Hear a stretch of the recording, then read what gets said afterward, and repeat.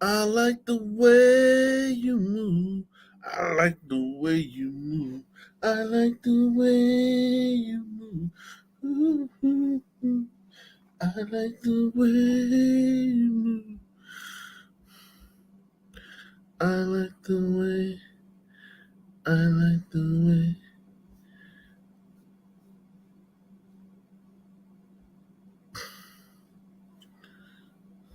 Salute, man.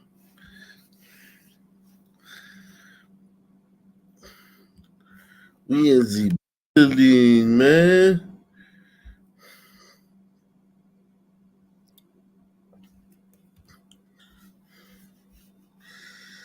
Uh,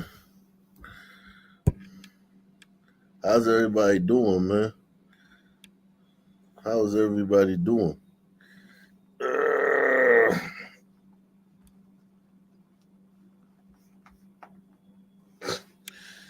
uh,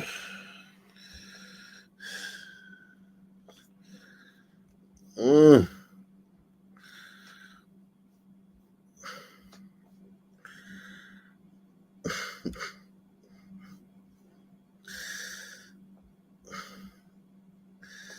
Yeah, man. Can it be that it was all so simple then?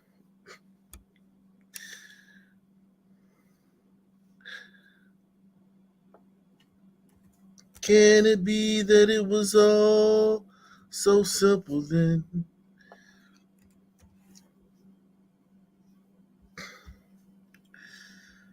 Uh, yo, that dude, actual justice warrior. Press one if you saw his video on our friend Marcellus Williams. Golly, finished watching it. I just saw like a little piece of it, man. Like maybe the first 15 minutes, man. Woo.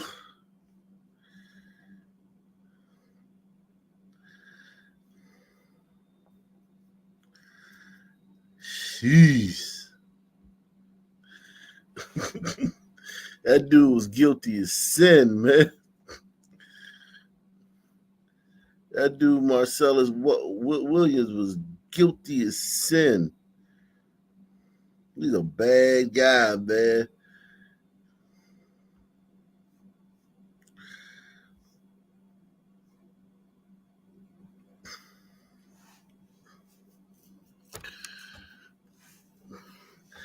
I like the way you move.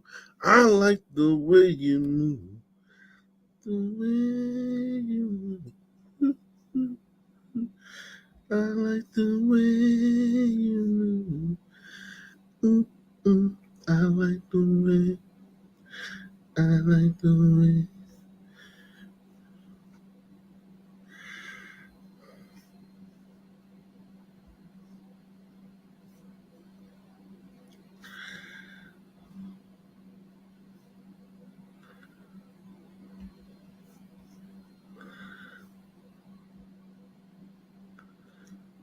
I can't tell you who to sock it to.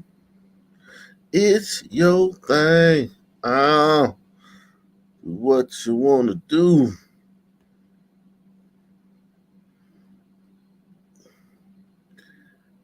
Yeah, no doubt. Yeah, yeah. Actual Justice Warrior he has a great channel, man. He has a great channel, man. A phenomenal channel, man.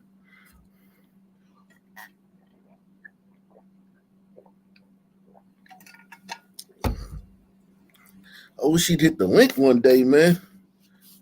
Come up and chop it up with us, man.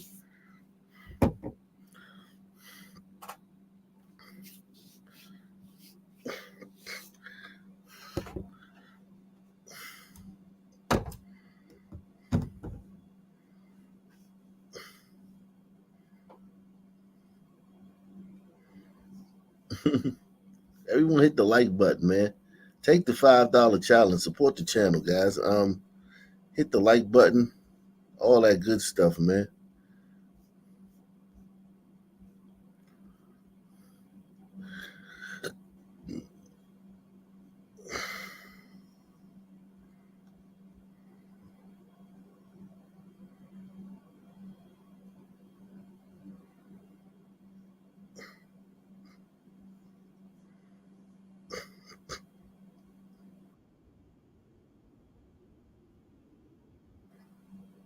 Mm.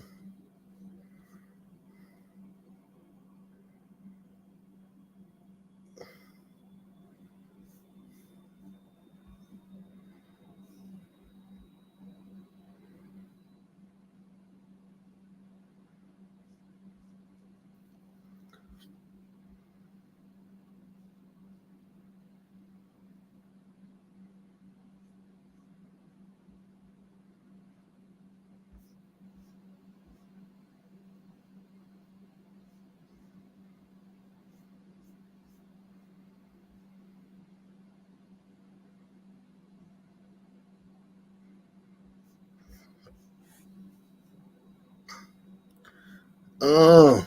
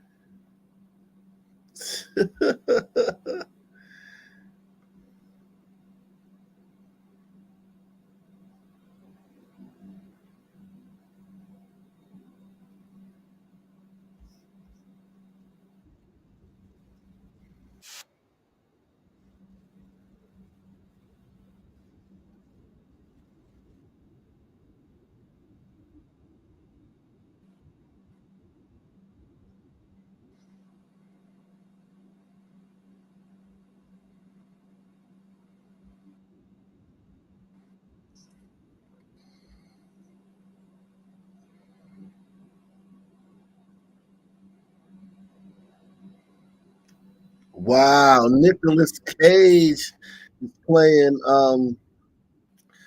Nicolas Cage is playing John Madden. That's what's up.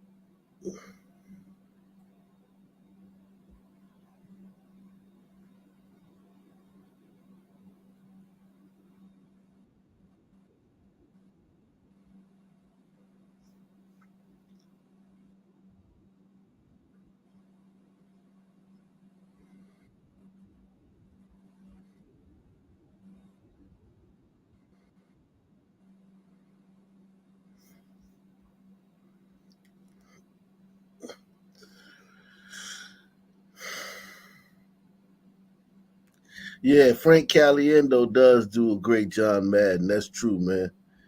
He does a great everybody. Mel Kiper, he do Mel Kiper. That is so funny, man. John Gruden, man. Frank Caliendo he's up there, man. He's up there, man. As far as a goat, man. Caliendo, man. Yeah, the milk type.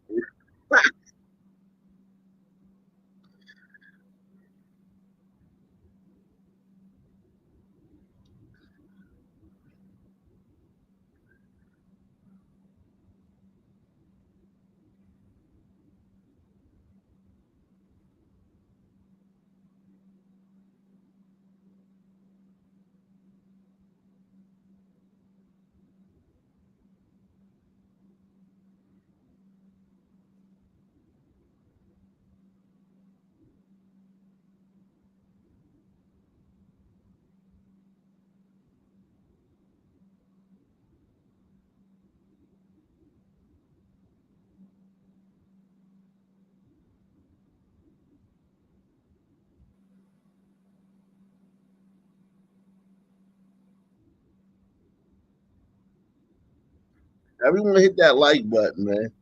Smash that like button for me, man.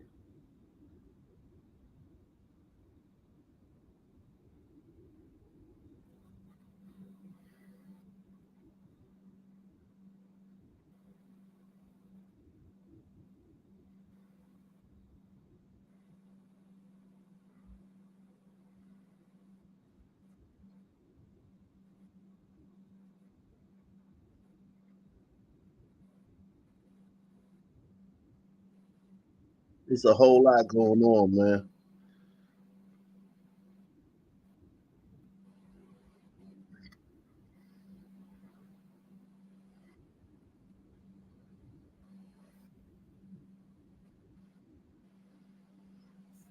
There's a whole lot going on, man. Um, Smash that like button, man.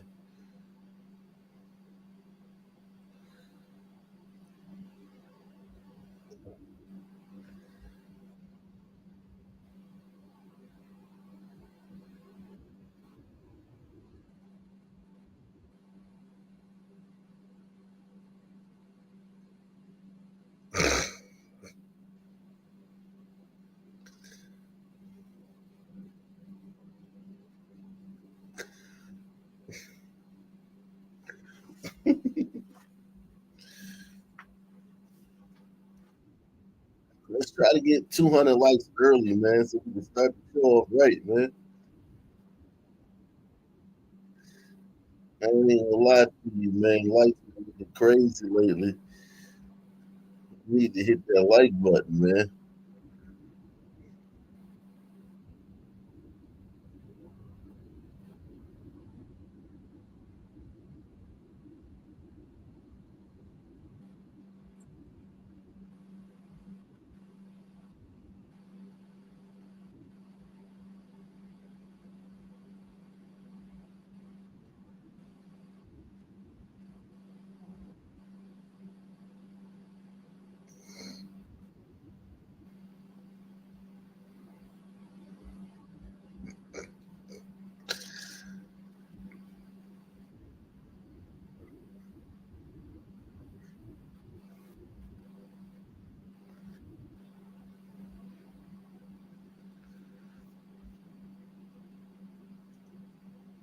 You been hit it.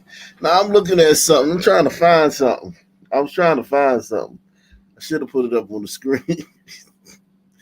I was trying to find something, man. Um, I couldn't find it. I was trying to find something on the.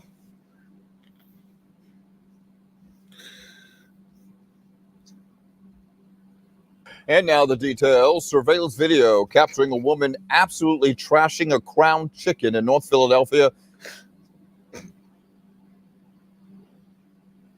because she was angry about her order. And now the details. Surveillance video capturing a woman absolutely trashing a Crown chicken in North Philadelphia because. Why is there no sound? Did I turn the sound all the way down? Okay, I turned the sound all the way down. And now the details. Surveillance video capturing a woman absolutely trashing a Crown chicken in North Philadelphia because she was angry about her order. She jumped the counter, ripped out registers, even threw garbage cans. Action News reporter Walter Perez.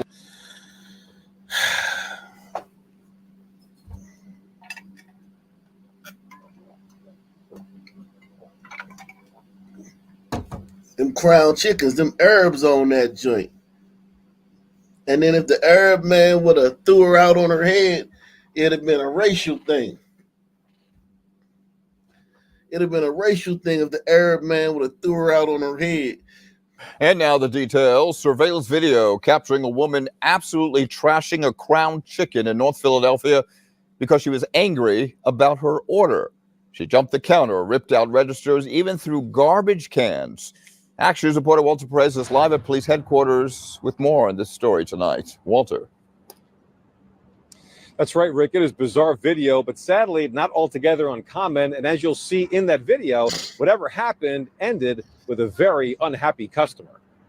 The whole thing unfolded very early yesterday morning along the 2200 block of North Broad Street inside the Crown Fried and Grilled Chicken restaurant. This video shows what happened after a female customer became upset about something involving her order. Upset enough to go on a rampage. By the time she left, the suspect had destroyed enough of the store interior and broken enough electronic equipment to leave behind more than $8,000 in damage. $8,000 in damage, and she'll be charged with something like destruction of property or disorderly conduct. Get out the next day and go on with her life.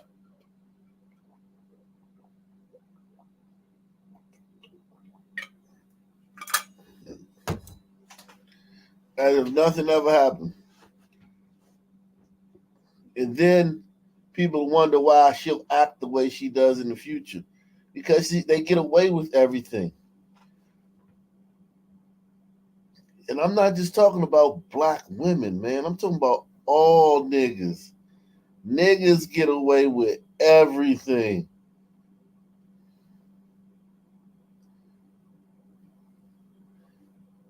They get away with everything, Jack. Until they don't. And then once they don't get away with it anymore, then it's racism.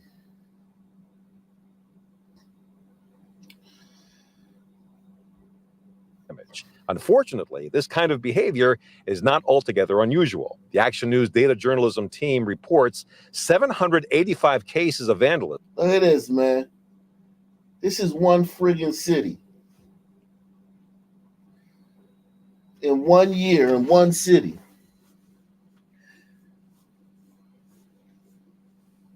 People just acting a fool in establishments because their EBT card declined. Or you got the order wrong, or you ain't put enough fucking hot sauce in the bag and shit.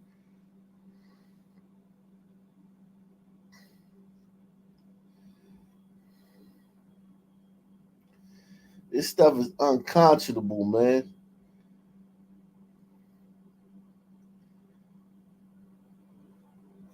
I wonder how many of them 700 odd cases led to a conviction.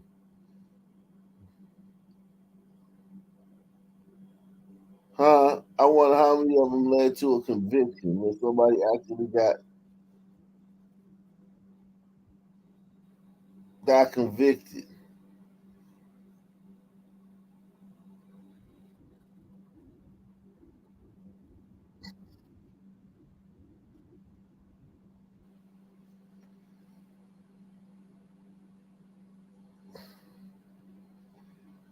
Not many.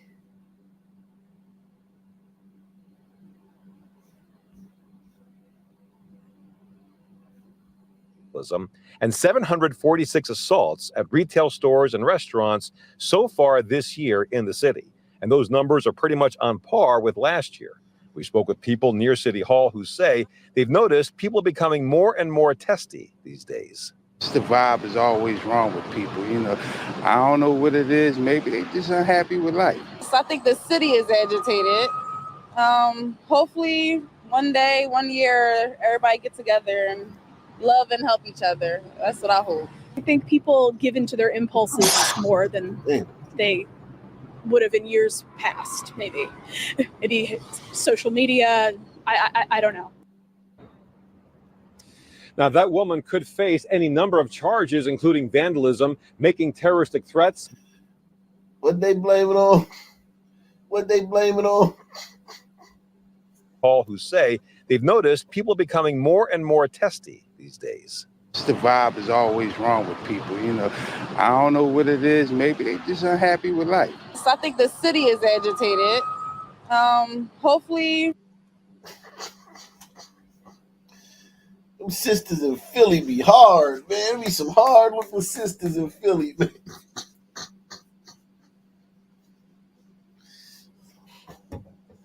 Get out of Philly, sisters, man. Y'all, Philly just make y'all look hard, man.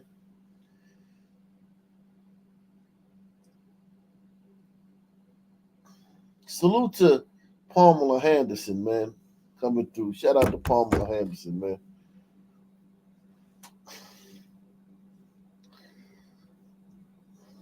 One day, 1 year, everybody get together and love and help each other. That's what I hope. I think people give into their impulses more than they would have in years past, maybe.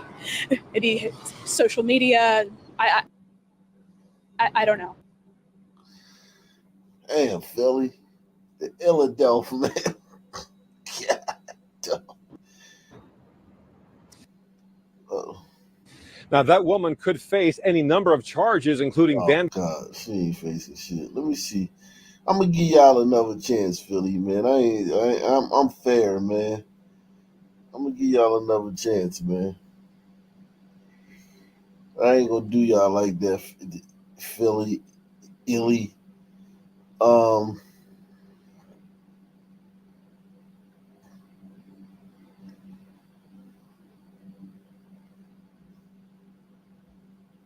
A student is arrested with a loaded gun. It happened at William Penn High School in Newcastle, Delaware. Authorities were alerted to the situation thanks to a tip they say may have prevented a potential tragedy. Wednesday afternoon, I'm Sarah Bloomquist. And I'm Brian Taft. The big story on Action News today is the arrest of that 14-year-old student with a loaded gun in his backpack.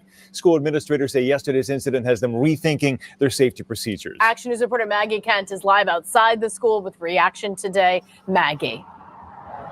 Well, Sarah and Brian, this is the prime example of someone seeing something and speaking up, and just in time. Somebody who saw something, heard something, they said something. And because of that, we were fortunate yesterday. Make no mistake about it. A potentially deadly situation.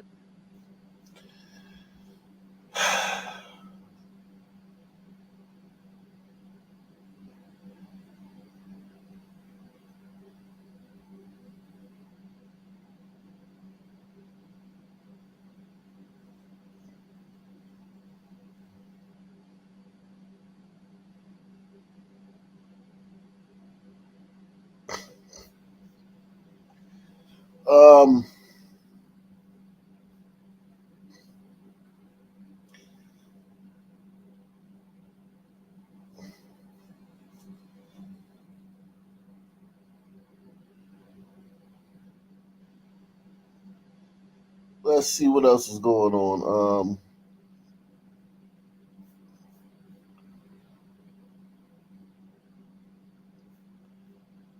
Let's see what else is going on.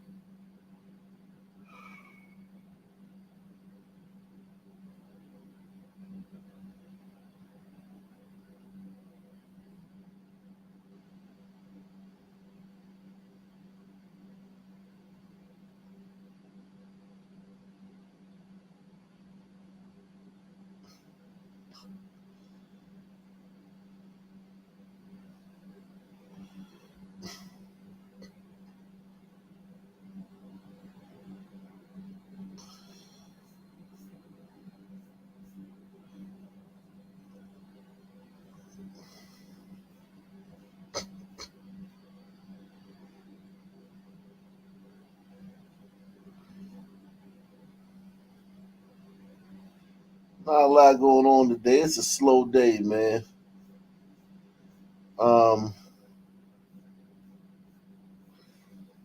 It's a slow day, man.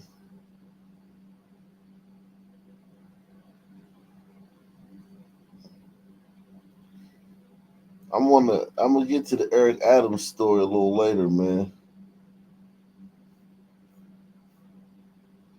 Friends and family gather in Eastern Market to honor one of the victims in a deadly shooting just one day ago.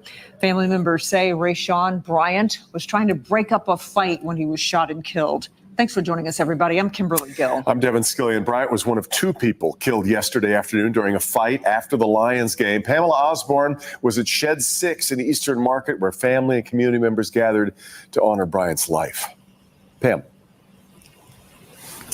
You know, Devin and Kimberly, so many people gathered here tonight for Rayshawn, and his family said he had the biggest heart, and that each and every person who came here tonight to celebrate his life, well, they had a piece of his heart as well.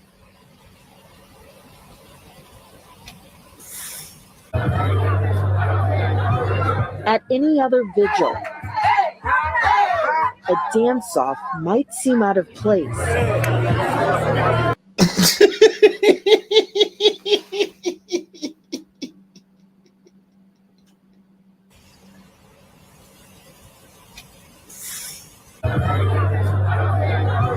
At any other vigil, a dance-off might seem out of place.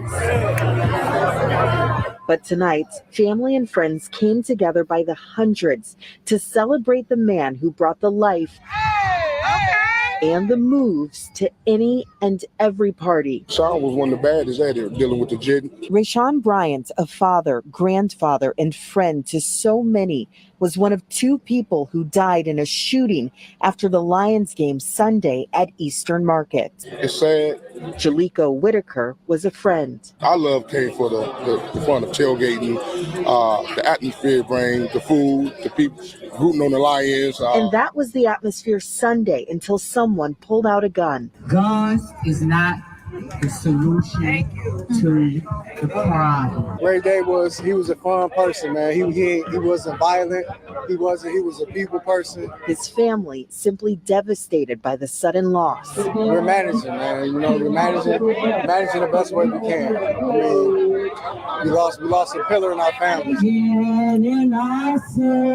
His mother leading in song before balloons were released into the sky. To lose the brother so quickly, knowing the brother had talent, still had youth, and contribute so much to our community. Each of them sharing to all who may hear, violence is never the answer. As you can see, he knew a lot of people, you know what I'm saying? So, and a lot of people loved him. I want people to know that he's going to be truly missed. He can never be replaced. You can't replace somebody like Rayshawn. Equal parts celebration and sadness here tonight. Police did arrest a man from Oak Park. They're still trying to piece together exactly what happened. They released the guy. The DA said they released that guy because he fired in self-defense. The bullet that hit this guy went through the guy who. It's a wild story, man. Let me see if I can find it, man.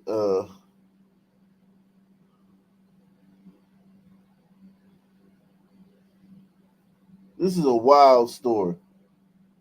Here we go.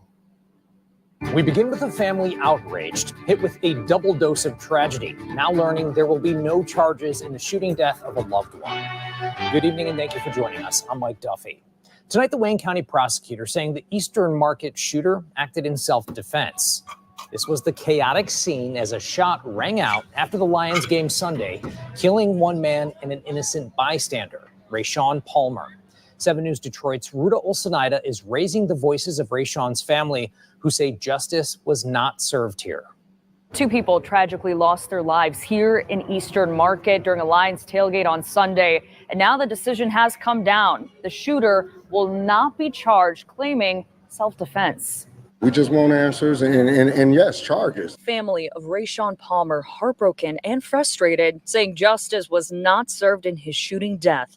Rayshawn was killed acting as a peacemaker, trying to resolve a conflict between two people at a Lions tailgate on Sunday. His family gathering at the exact spot where he was killed in Shed 6 of Eastern Market Wednesday, trying to lift one another up during this difficult time. I'm never going to see another video on Facebook of my uncle dancing. I'm never going to see another video of my uncle. I'm never going to see that again. I'm never going to have that again. In this video of the incident, you can see Rayshawn on the left side of your screen in the blue hat and Lions jersey, his arm up, trying to de-escalate the situation. The other victim, Jalen Welsh, is in all black holding a weapon. He approaches the shooter in the red shorts, who then fires his weapon, hitting both Jalen and Rayshawn, who was just right behind him. Unfortunately, my brother was the one that tried to stop it. Unfortunately, my brother is gone, and we have to bury him. We're mad. The prosecutor's office says the shooter was a licensed CPL holder and acted in self-defense, and that under Michigan law, an individual is allowed to use deadly force to protect themselves. The family disagrees with the decision. The bullet went through the. That's so sad, man. A bullet went through the one guy's head and it hit an innocent bystander who was Rayshawn, man. And the shooter can't be charged because he was acting in self-defense. Well, it ricocheted, I understand that, but you're responsible for my cousin's death. Pay for it. Prosecutor Kim Worthy says the loss of Rayshawn is heartbreaking. She says her team looked at all the applicable laws, and there is no crime that can be charged against the shooter beyond a reasonable doubt. Are you ever going to stop fighting for justice? We're not going to give up. We're not going to fight. If we got to get out here every day, if we got to post things, if we got to march, if whatever we got to do, we just want some answers. And as a reminder, Eastern Market has canceled tailgating for the next Lions home game September 30th out of respect for both the victims. In Eastern Market, I'm Rudolph Sinaida, 7 News, Detroit. Let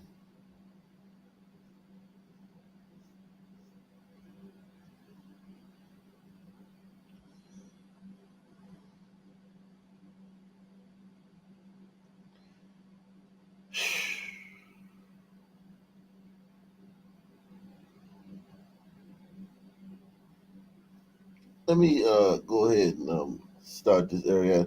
Hey, man, make sure you sponsor the show, man. This show needs sponsors, man. Who's going to sponsor the telecast tonight, man?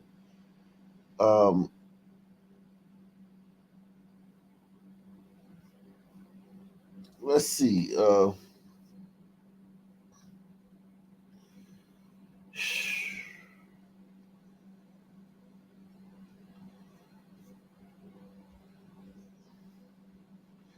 They got my girl Caitlin up out the way, man.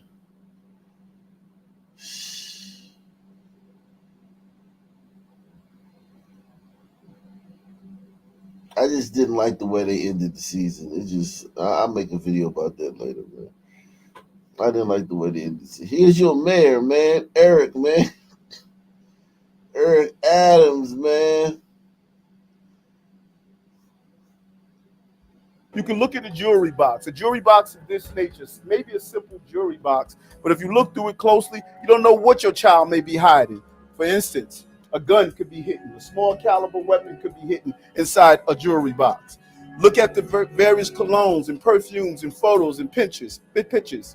You should always, when your child brings in his popular knapsack with many different locations, look through it to see what exactly is your child carrying in addition to a book. Something simple as a crack pipe, a used crack pipe. Could he have found it on the street? That's quite possible. But this is a discussion piece where you should start speaking with him to find out what is he doing with it and the whole use of drugs. This invokes conversations. Look at picture frames and behind them, cameras. Try to determine what's taking place. Behind a picture frame, you can find bullets. What does that mean to find bullets? Does it mean your child is carrying a gun? No. Where there's smoke, there's possible fire. Where there's a bullet, there's possibly a gun. You should engage in the conversation and find out what are they doing with the item, and this empowers the parents.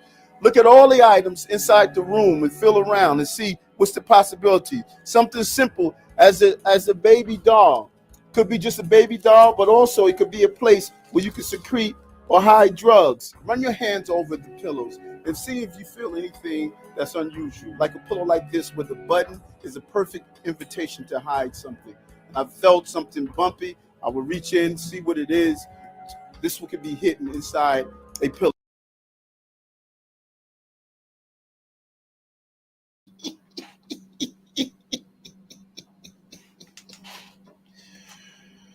Oh my God, man.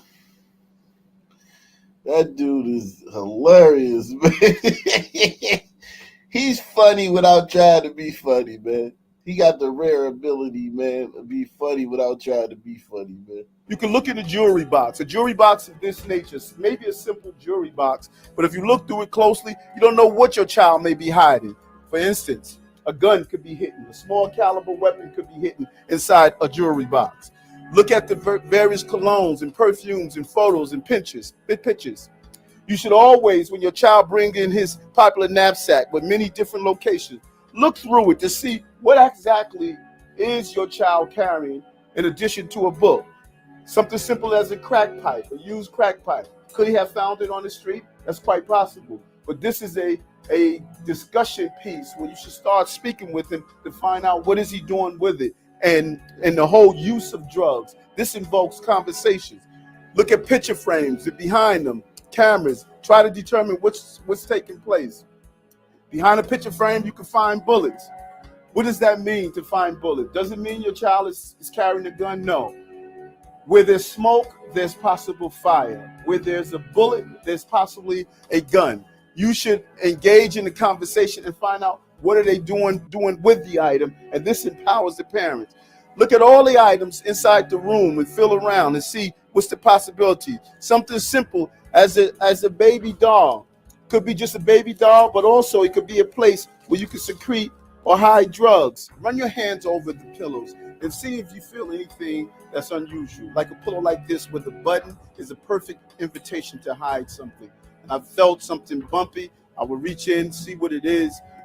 This one could be hidden inside a pillow.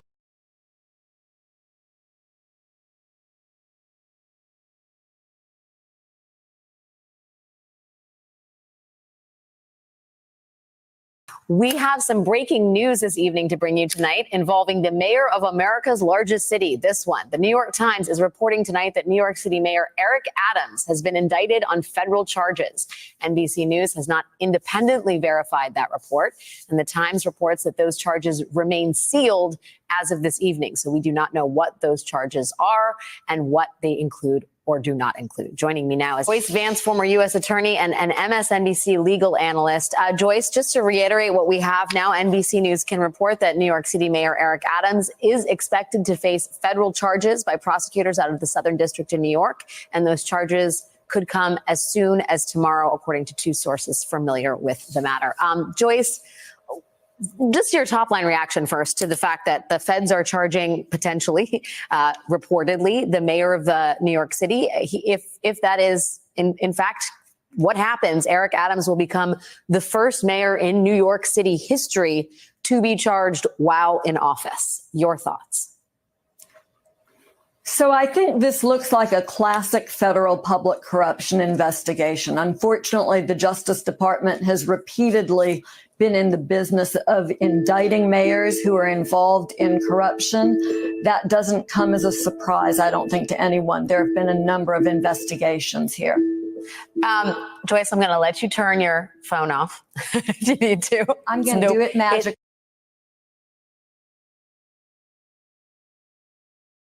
Salute to Roger Wood, man. He says this segment was brought to you by Energizer. Makers of 9-volt batteries. Sun free since 1956. Shout out to you, man.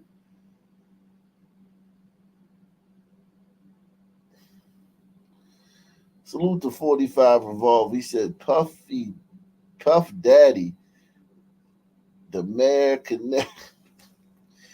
Yeah, I mean, listen, it's all coming down, man. It's all the chickens are coming home to roost in New York City, man. It happens. It happens. It happens. Just in terms of, you're talking about a classic corruption investigation. What we know is that the feds were interested in potential illegal foreign donations. The countries that have been mentioned in the reporting, again, we do not know if this is going to be in the indictment, included Turkey, Israel, China, Qatar, South Korea, and Uzbekistan. Lisa Rubin mentioned there are maybe up to 5, 6, or 7 different federal investigations. How would those work? I mean, what is the sort of pecking order of those investigations, and sort of how do you expect them to work in concert vis-a-vis these indictments that we're going to be? This is boring. Tell me what happened. Tell us what happened, man. Cardinale. He is a former lieutenant commander with the NYPD. He was with the NYPD for over 20 years. You're hearing at the same time, in real time, Joe, what everyone else is hearing, and that is that there is this indictment. It is sealed. We don't know what the charges are, but this is a federal corruption investigation. And there are so many. Again, just to go over the headlines, the FBI investigation of the mayor, the U.S. Attorney's investigation of the deputy mayors, the school chancellor, and the special assistant to the mayor, the former police commissioner being investigated for the so-called alleged shakedowns with his twin brother, the foreign influence case by another U.S. Attorney's office in Brooklyn. Just your reaction to sort of all of those headlines all at once, Joe. Well, I agree with Alexandra that there has to be somebody that's talking. I believe that you're correct, that they would not go after somebody on this level unless they had something very solid against him. Of course, the mayor is going to fight it. He's presumed innocent until guilty. But when you have this many people in your administration that are involved, and you have the resignations, you have fire chiefs, ex-fire chiefs that are on the hook for something that we have yet to see what that's going to be all about. But when you have the police commissioner, he resigns, and then you have his brother involved in something. Then you have the Banks brothers involved. The chancellor and the deputy mayor over there. You have so many people on such high levels. And I have to tell you that, it's almost the arrogance for all these years that everybody has seen that it's not a wonder to a lot of people. That's the best way I can put it, that it's not a wonder to people that something like this could happen because of the arrogance that surrounds City Hall. Let me just don't go anywhere, Joe. I just want to read a couple of things that are coming across my desk, and that is that Alexandria Ocasio-Cortez, considered one of the left-leaning squad. She is representative from New York. She is calling for Mayor Adams to resign, saying this, and I quote, "I do not see how Mayor Adams can continue governing New York City. The flood of resignations and vacancies are threatening government function.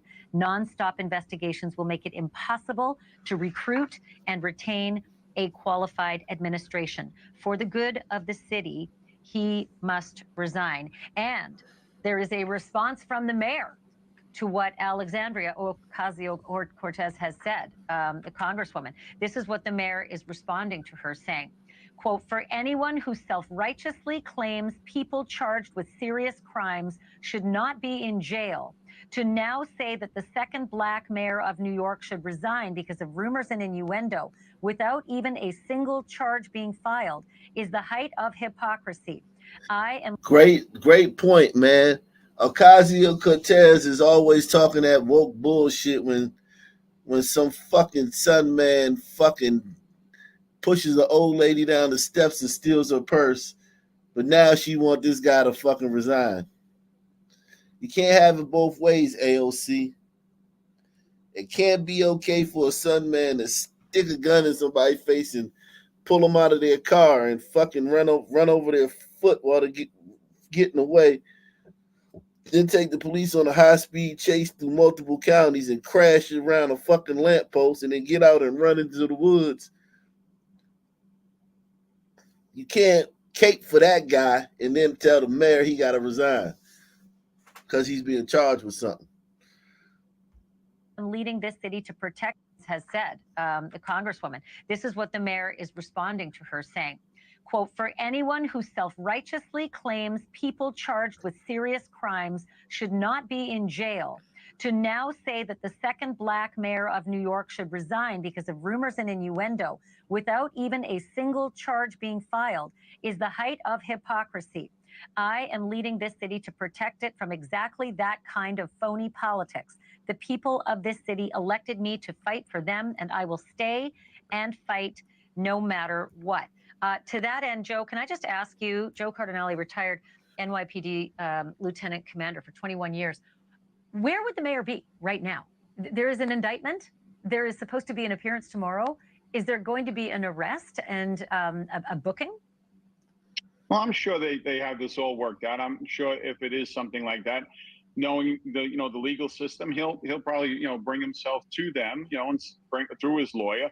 And like I said, he's presumed innocent until proven guilty, and he's fighting this right now on television. But I said last week, where there's smoke, there's fire. When you have Commissioner Caban step down, then you have the two fire chiefs that are involved, then you have the deputy mayor, and then you have the school chancellor. Where there's smoke, there is fire. And we have some breaking news this evening. His whole administration is being fucking investigated. David Banks' unexpected retirement as New York City Schools Chancellor at the end of this school year continues the resignations of Mayor Eric Adams' close circle, who are under investigations. Some political analysts say a lot of eyes on City Hall as of late have less to do with policy and more with who's next. Well, the optics are awful. David Shapiro was director of the Inspection and Oversight Program at John Jay College. I haven't seen a case where so many investigations are swirling around the orbit of one individual in the name of the mayor. On September 4th, federal investigators raided the Harlem home David Banks shares with his partner, First Deputy Mayor Sheena Wright. Their electronic devices were also seized. Wright was appointed by Adams in 2023. Raids were conducted at the home of Philip Banks III, the chancellor's brother and current deputy mayor for public safety, as well as the home of former NYPD officer Timothy Pearson. Pearson is senior public. You can't put black folk in charge of nothing, man. This is the same shit Tiffany Henyard, man. This is all they did was take Tiffany Henyard and move it to New York, man. Press 1. You can't put blacks in charge of nothing. It's always the same thing, corruption. It's always corruption. Like, I mean, every single time. Yo, black politicians, every single time they get in power, they're corrupt. Every fucking time. Okay? Every time. You got Trayon White down in D.C. You got Tiffany Henyard in Dalton. You got what's the girl in the Latoya the Destroyer in New Orleans? Just corruption everywhere you look. And current deputy mayor for public safety, as well as the home of former NYPD officer Timothy Pearson. Pearson is senior public safety advisor to Mayor Adams. Investigations of Adams' circle began last November, with federal agents searching the home of Adams' chief fundraiser Breonna Suggs as part of a probe into campaign donations with possible ties. He was smashing that, man. He was smashing her, man. Breonna Suggs. To the Turkish government. New York City Sheriff Anthony Miranda and his office are being... All these people are people of color, man. Everybody involved in this shit is a person of color. Salute to Andy Armour, man. Andy Armour coming through, helping sponsor the show, man. Salute. Everybody is a person of color. His whole fucking team is just a bunch of corrupt persons of color, man. Colored persons, whatever the fuck you want to say. A bunch of corrupt colored persons, man.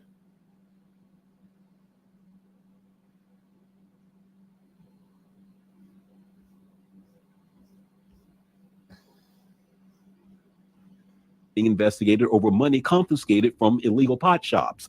Back in February, investigators searched the homes of Winnie Greco. Greco was the director of Asian Affairs. Former police commissioner Edward Caban resigned 2 weeks ago after his home was raided by the feds. His replacement, interim police commissioner Tom Donlan, says the Good. We got a white man in the building, man. Come straighten everything out, white man. We need you to put everything back on the trails, man. These sons, man, these sons, you done gave them a little bit of power, man, and they done fucking got themselves in trouble, man. You done got a bunch of son people in trouble by giving them a little bit of power. FBI also searched his home soon after he was named. Neither the mayor nor any of those under investigation have been charged with any crime by federal or city investigators, to which Shapiro reminds that while the optics may be bad, people are innocent until proven guilty. Because our system is based on the rule of law, which protects individuals from hasty judgments. Congresswoman Alexandria Ocasio-Cortez is now among New York politicians who feel Adams should resign. The mayor says City Hall is cooperating with the investigations. And again, Mayor Adams has not been charged or accused of any wrongdoing. All right, Antoine, thank you so much. Mayor Eric Adams indicted by a federal grand jury on criminal charges that are still sealed tonight as this story broke within the last hour. Fox 5's Kendall Green in the newsroom with more on how we got to this moment. Kendall. Hey, good evening, Steve, Natasha. As you know, a lot has happened in the recent days, months, weeks. Several members of the Adams administration having their homes searched and devices seized. And tracking the investigation, of course, means tracking who is being investigated. Let's take a closer look. David Banks' unexpected retirement as New York City Schools Chancellor at the end of the school year continues the resignations of Mayor Eric Adams' close circle, who are under FBI investigations. Some political analysts say a lot of eyes on City Hall as of late have less to do with policy and more with who's next.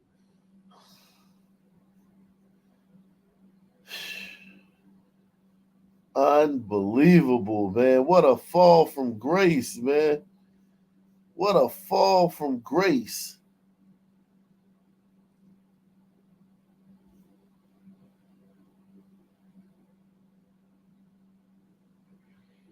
All right. New York City Mayor Eric Adams has been indicted for working with and potentially taking money from some Turks. Okay. We're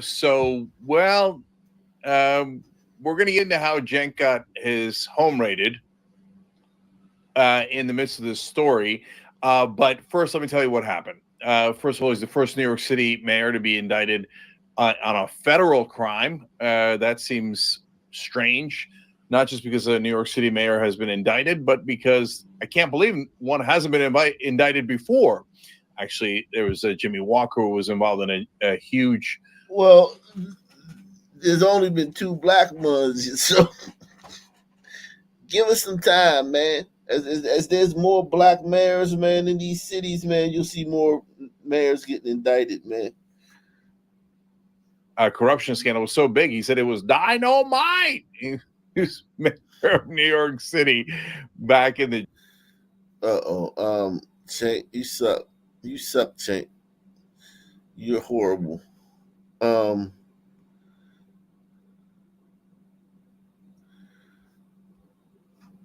You're horrible.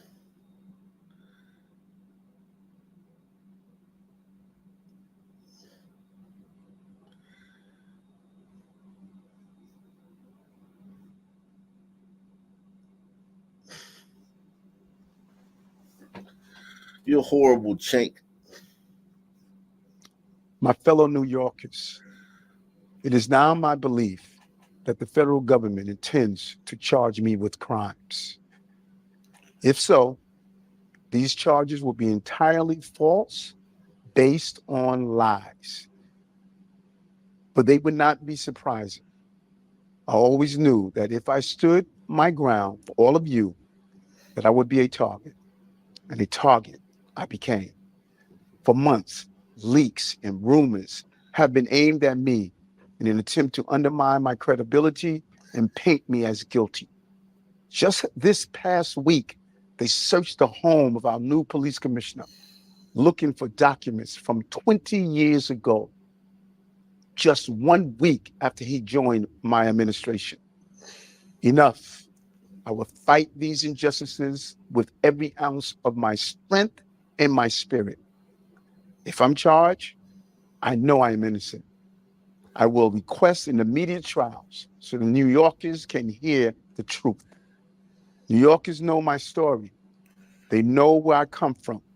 I have been fighting injustice my entire life. That fight has continued as your mayor. Despite our pleas, when the federal government did nothing as its broken immigration policies overloaded our shelter system with no relief, I put the people of New York before party and politics. Now, if I am charged, many may say I should resign because I cannot manage the city while fighting the case. I can also understand how everyday New Yorkers will be concerned that I cannot do my job while I face accusation. But I have been facing these lies for months since I began to speak out for all of you and their investigation started. Yet the city has continued to improve. Make no mistake, you elected me to lead this city, and lead it I will. I humbly ask for your prayers and your patience as we see this through. God bless you, and God bless the city of New York. Thank you. Thanks for watching. Stay updated about breaking news.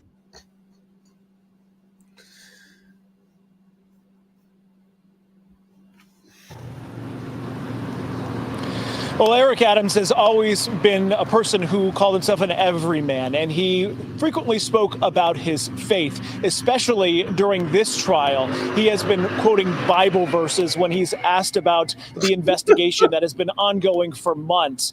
But whenever some man get in trouble, man, he get closer to the Lord. I've been there, man. Some man don't think about God till he get in trouble, till he catch a case, man. Eric Adams running around quoting Bible scriptures now. Ain't that a bitch? Ain't that about a bitch? I never heard him talk about no Bible scriptures, man. But I can't blame him, though. He in deep trouble. I know Diddy in there quoting Bible scripture. But Diddy, I don't know. Would Diddy turn Muslim? I don't know, man. Diddy too fly to be a Muslim, man.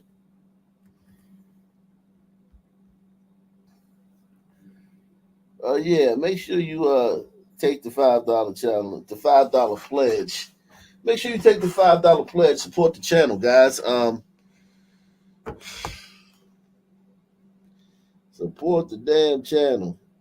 Salute to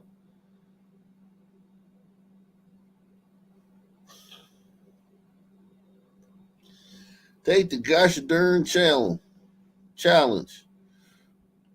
when he was running for mayor, he also visited this church right here behind us, this historic AME church on St. Nicholas Avenue here in Hamilton Heights. We met with some congregants just about within the last hour, and to say the least, they were shocked. The mayor often says that you have 8.5 million New Yorkers with 38 million opinions. Well, we sampled some of those tonight. People were stunned to hear the news that he was criminally charged, facing this indictment, possibly facing jail time. Others say that they hope that the mayor fights and that they want to see proof. I felt in a way this morning when his school chancellor finally stepped down, and all the other ones that just recently stepped down. It was a reason for that. They gotta show me some proof. They gotta prove it.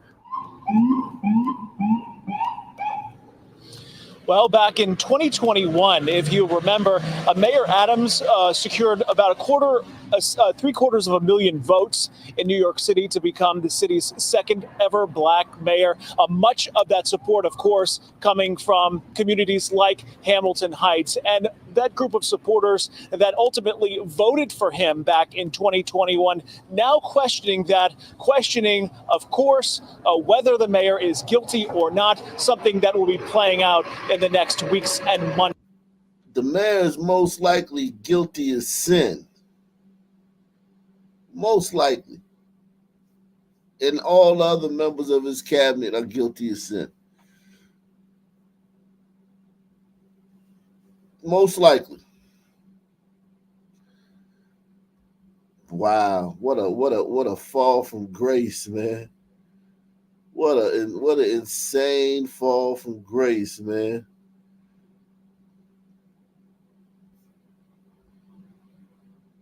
Right now, I think this is squarely about Mayor Adams' ability to govern New York City and for the New York City governance to be fully staffed to serve the people of New York City.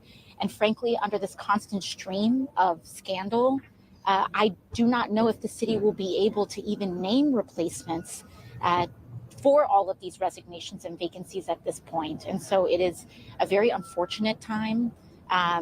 We do not want to see this happening in our city, but unfortunately it is. And I think for the best of the city, and so that we can continue to staff the administration of the city, it would be best for Mayor Adams to step Leader aside. Jeffrey.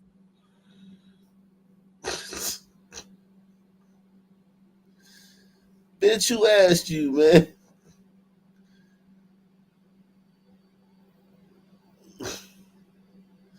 Yeah, why don't you step down, man? You need to step down. Shit. What's going on, man? What do you think about this, Jimmy? It's heartbreaking to see this, you know. Here you have a son man who is, you know, Washington, D.C. is the capital of the United States, but New York is the capital of the world. And he was the mayor of that city.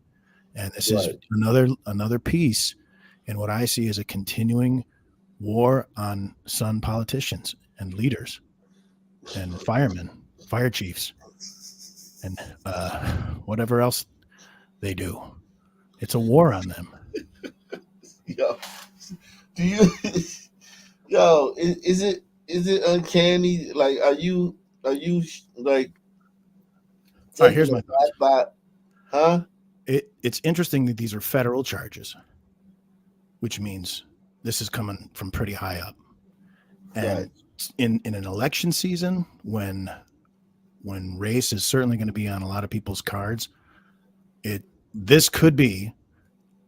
I see it. I did it as a joke right now, but I could see this being the kind of thing they hold up and wave at the media's face when they say that Kamala has been, you know, had the election stolen from her or anything. You know, it's going to be everything is a race thing. So this to pop this cork this early is kind of strange to me. You know what I mean? This could have been held until much later, unless they're just going to build up to something even bigger. I don't know. Well, Biden and Harris are in power right now. So if you think this is some like retribution or this is some kind of no, I don't think it's retribution. I don't know where that would be coming from. You know, the FBI seems to be doing everything they can to help get Trump killed. It's hard to believe that they would be doing this as well. Yeah. Do you know what I mean? Yeah, no doubt. It's just, he's black, and he led with that with his statement about when he clapped back at Ocasio-Cortez. He said, you know, I'm the black mayor and shit like that. It's odd too. She's a federal employee. You know, she's not. And she should have the professional courtesy to stay out. Especially he's on her team, apparently, right? She should have stayed out of it. I don't have anything to comment. I don't know anything about it yet. Well, I'm sure it'll all be sorted out. You know, she could have played that card. Instead, she's telling this guy to step down. Right. A national, or, you know, a federal representative is doing that to this city employee. It's strange. I mean, she's known to pop off about everything anyway. I have to remember that. But for her to be kind of shooting at one of her own alleged teammates is he's on the Democratic team. Yeah, he was very close to Biden, and so she's either doing something very treacherous for somebody higher up by saying that, or it's just an odd thing to be happening now. New York City's mayor has been indicted. You can see the banner on the bottom of your screen. No, this isn't. Let's see this one. Yeah. Oh man, that's old. Jeez. See, I'm looking at that photo of the mayor, and I thought, is Willie McCovey retiring again? What is that shot of? That's the mayor of New York? We've This come a long one right way here? there. No, the one with the baseball hat. Oh, let's listen. This is embarrassing, man. That every week or every couple of days, some son man mayor, some son woman mayor is getting either arrested or indicted or investigated. It's starting to become like a thing. Those 13% of mayors are getting indicted for 50% or more of the corruption crimes. Yeah, man. Yeah, man. Good old Riley. Is that Riley Gaines? No, that wasn't Riley Gaines. That was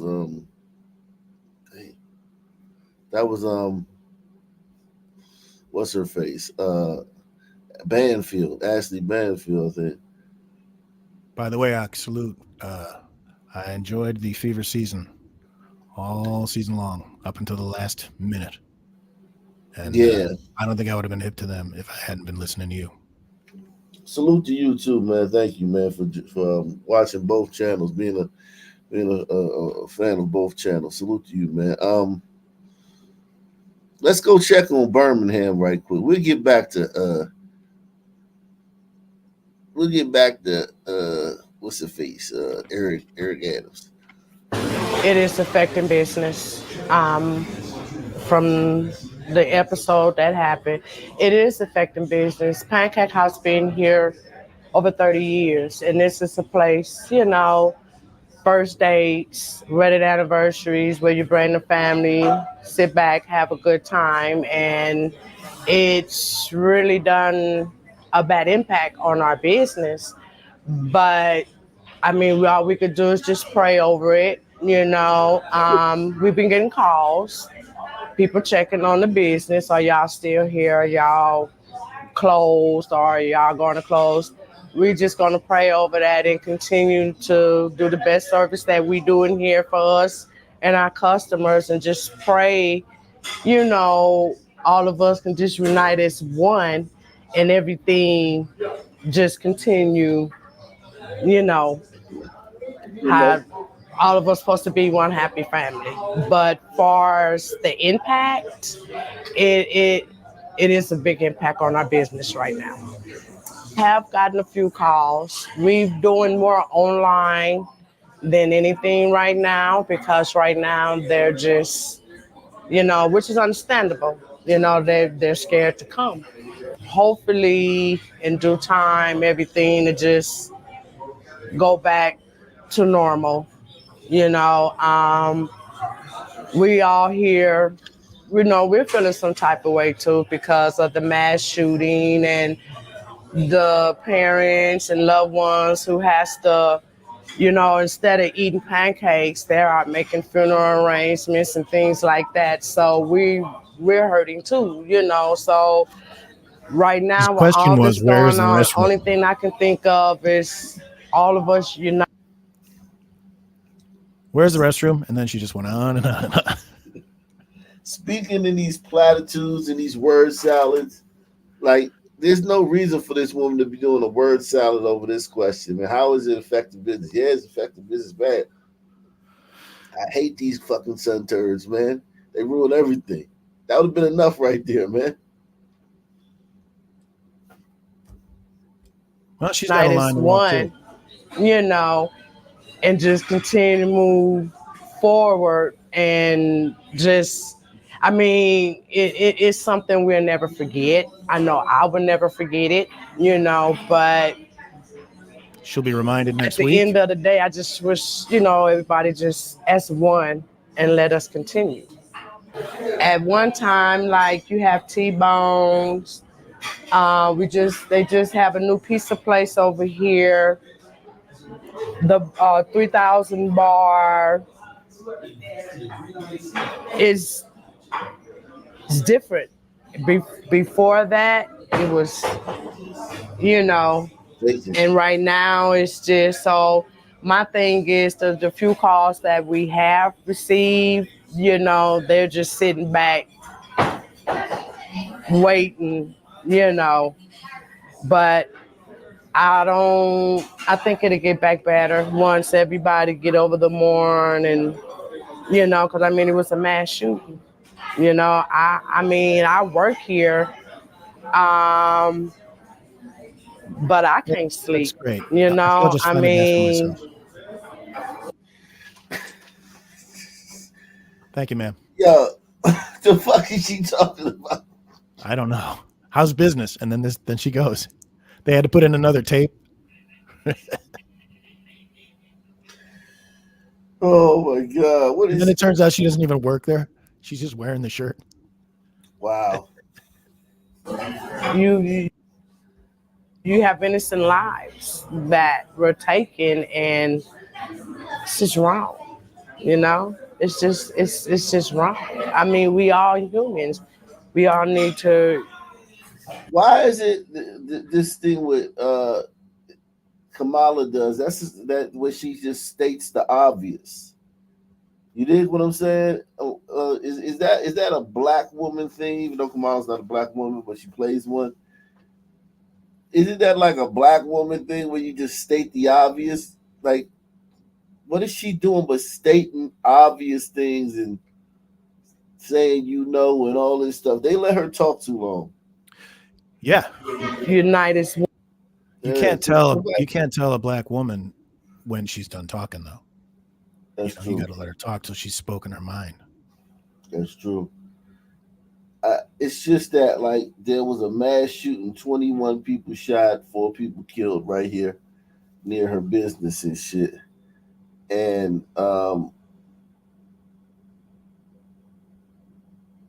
she doesn't have a more, like, concise, well-spoken statement to make about, what's going on. Like, she probably... Yo, these sisters are something else, man. They leave you wanting a lot, They always leave you wanting. One, and I'm still a little shook up behind it, but before that, I'm still overwhelmed. Okay, so did you guys open the next morning? Yes, we did. Can you kind of walk me through what that morning looked like? This is just the raw tape. The raw footage. Spooky. Raw card. Spooky. It was. Someone had to sit and listen to all this stuff and then pick out the one sentence they could use. It was spooky. It really was. It was something like when you wake up and you're like, what? And then coming to work, we're opening, we getting all these phone calls, y'all still open, y'all need to close, and we're just like, wow. But we did open. That first day, today's maybe a little bit better than it was when we opened that day. Now, that day there was really a sad day for everybody. She's standing there a long time. Sad day for everybody, for all of us. There's a chance she could be hit with a stray bullet live on TV. I'm telling you, what the fuck is she talking about, man? Let's see the mayor, man. The mayor here. Oh, we got a couple people here. Let's now to Alabama, where police still haven't found the gunman behind a mass shooting in Birmingham Saturday night. 4 people were killed and 17 more injured. Police are now offering a $100,000 reward. Christian Benavidez spoke with the mother of one of those victims. She had a life ahead of her. She had a mom who loved her dearly. That was So this is Blondie, the blonde-haired girl. That's her mother. My best little friend. Candace Kemp's 21. Out of respect, I'm going to hold back my smash that I was going to say. Oh, okay, great. How do you How do you play basketball with that shit on, man? They play basketball with that shit. That's black girl magic. And make sure you take the $5 challenge. Support the channel, man. We getting kind of dry out here, man. We need some people to take the $5 challenge. At least the $5 pledge. That's pennies, man. That's like $5 ain't even what it used to be. $5 is like $2 nowadays, man. Take the $5 challenge, man. Support the channel, man.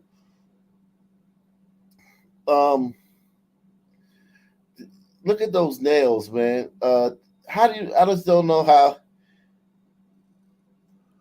WNBA, shame on you for letting these women play basketball with this stuff on their fingers and stab Miss Caitlin Clark in the face with these things, man. You know, I bet you could dip the tips in poison and assassinate someone with those things. Yeah, I mean they probably have those to fight each other because they're always fighting each other. So yeah, they probably have those to maim and scar each other with, or even to be as a deterrent, man. Like, you see this bitch, right? Don't fuck with me, man. 1-year-old daughter, Anitra Holloman, was one of the 4 people killed Saturday night outside the Hush Lounge in Birmingham's popular 5 Point South district. Officials believe the shooters were targeting at least one individual waiting in line outside the nightclub. You took somebody that I really. They were targeting one person waiting in line and shot 21 people.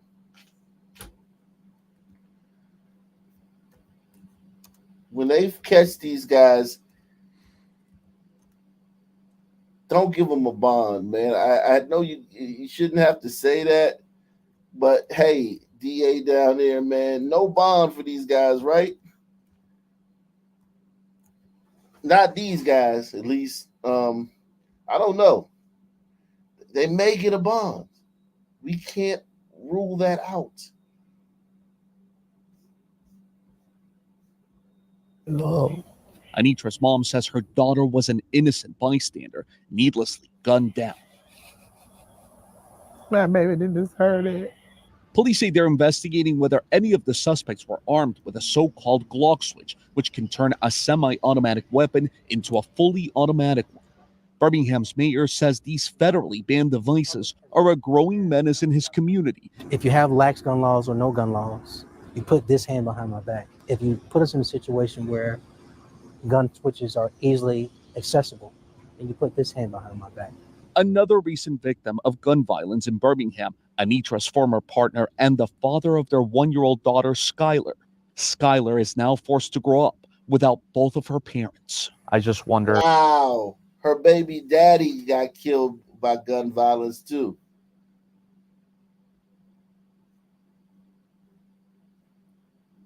Wow. That's kind of like a theme we see when we do these stories. There's always another dead Black person from gun violence in the situation, in the orbit of whoever we're talking about. You notice that? Crazy. So that child is parentless. That child is an orphan, man. So crazy, man. Yikes. She can get raised by the community. Yeah, it takes a village, right? A community. Yeah, that's so crazy, man. That's such a sad story, man.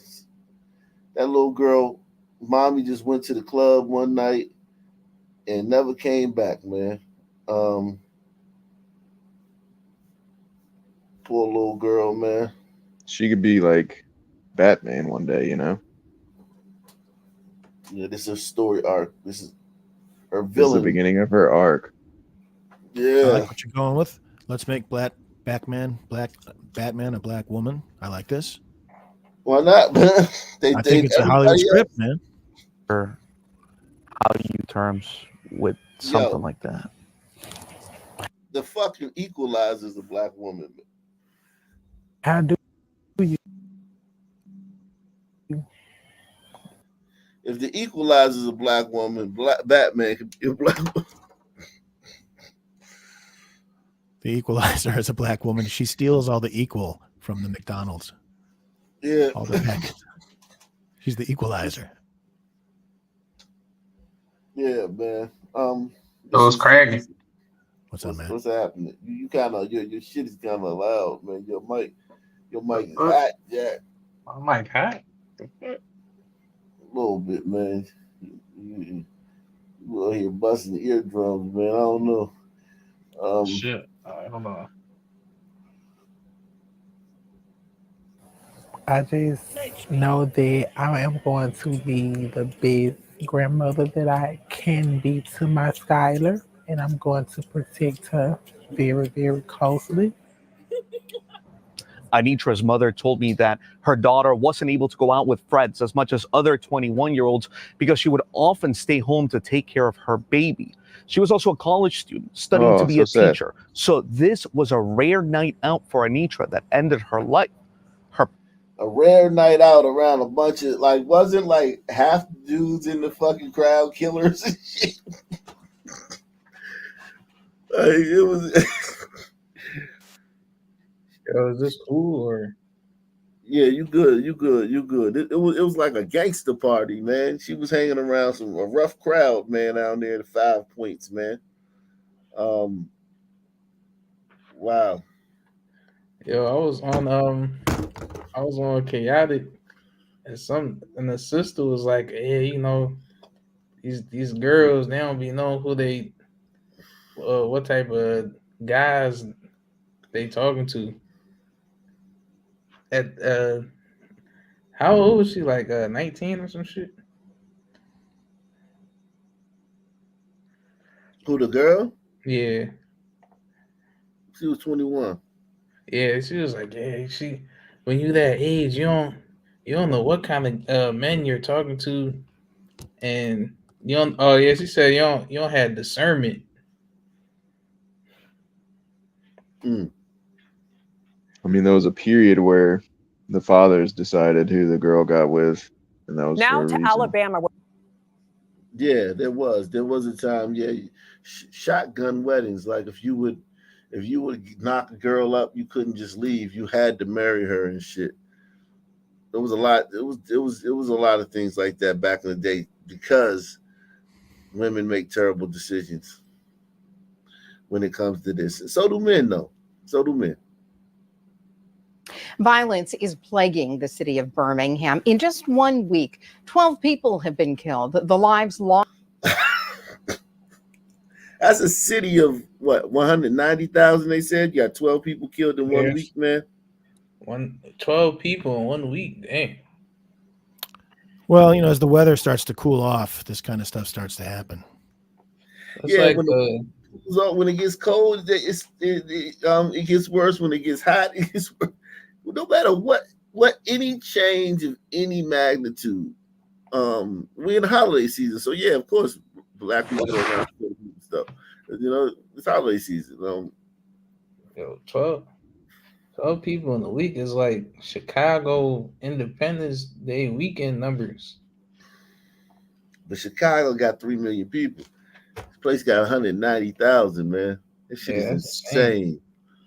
Lost has many Birmingham families grieving.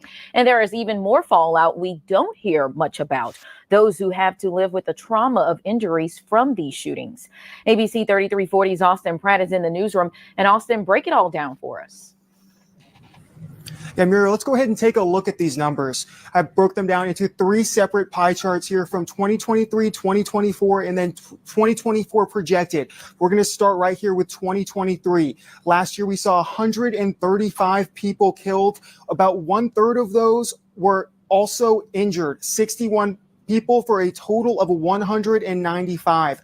Moving over to 2024 to date, that's today, September the 25th. There are 124 people killed, 63 of those injured, a little over 1/3 right there for 187 total. Now, the third chart we hear is... Hold on. What the fuck is he talking about? Yeah, I think Do he they not did have his computers numbers. that could His lay this numbers stuff out fucked up. clearly? So, sorry. Go ahead, man. Yeah, I think he fucked his numbers up. Yeah, I have no idea what this guy's talking about. Yeah, he might be fired after this because he obviously don't know how to use PowerPoint and he don't know how to read numbers. So he said 135 killed, is 61 of them injured. Yeah, that's what he said. He don't know what he's saying. Is there anybody who understands this? Anybody in the chat? Is there anybody out there who understands what he's talking about? Because we might it might be like a just like a blind spot for us. We might not really understand. We might be missing it. And why did he get like a graphic? Where's their graphic designer crew? Why can't they make a graphic for this and put it on the screen? Why they got him?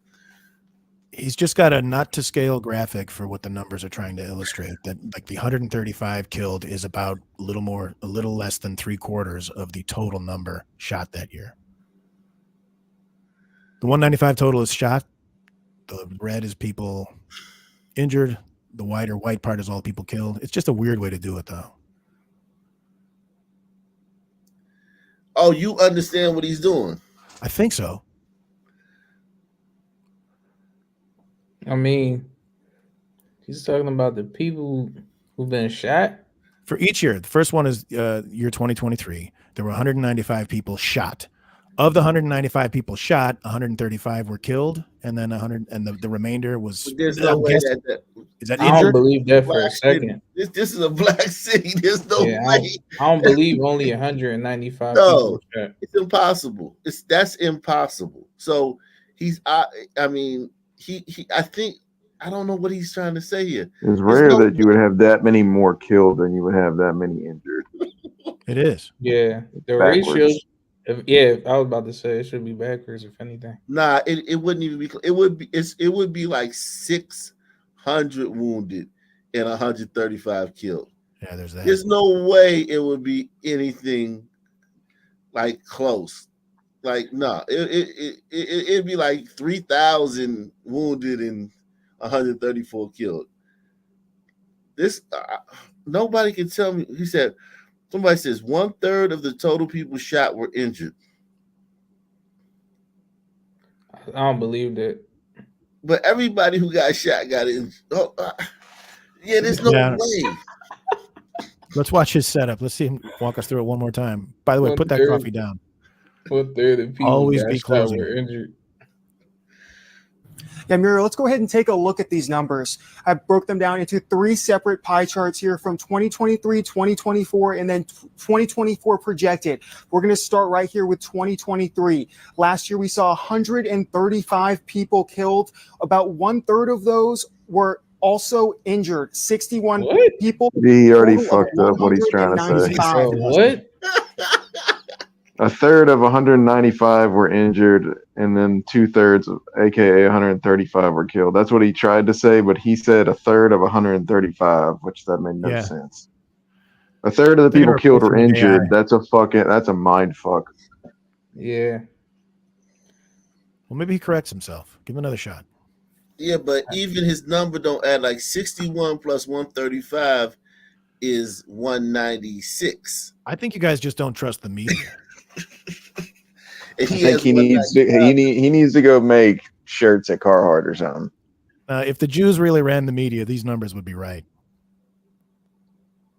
Moving over to 2024 to date, that's today, September the 25th. There are 124 people killed, 63 of those injured, a little over 1/3 right there, for 187 total. Now, the third chart we hear is for 2024 projected. That's the amount that we're currently on pace for the end of the year. That's 168 people killed, 85 injured, and yeah, he's nuts.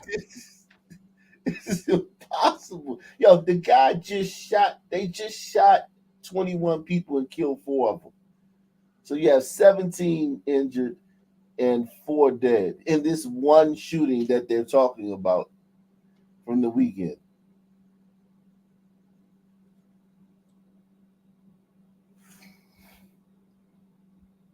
I don't think any of this 253 is right. total. Now that increase from 195 last year to the projected of 253 total. They gave him one. They gave him, too much responsibility too early, too much too soon, man.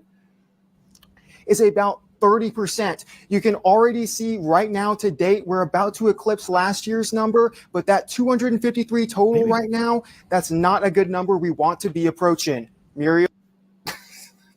Hold on, let me see if anybody in the comment section. People dying is bad, okay? Just so y'all know. Oh my god! Yeah, I don't know what he's talking. Yeah, this guy is a moron, man. Real.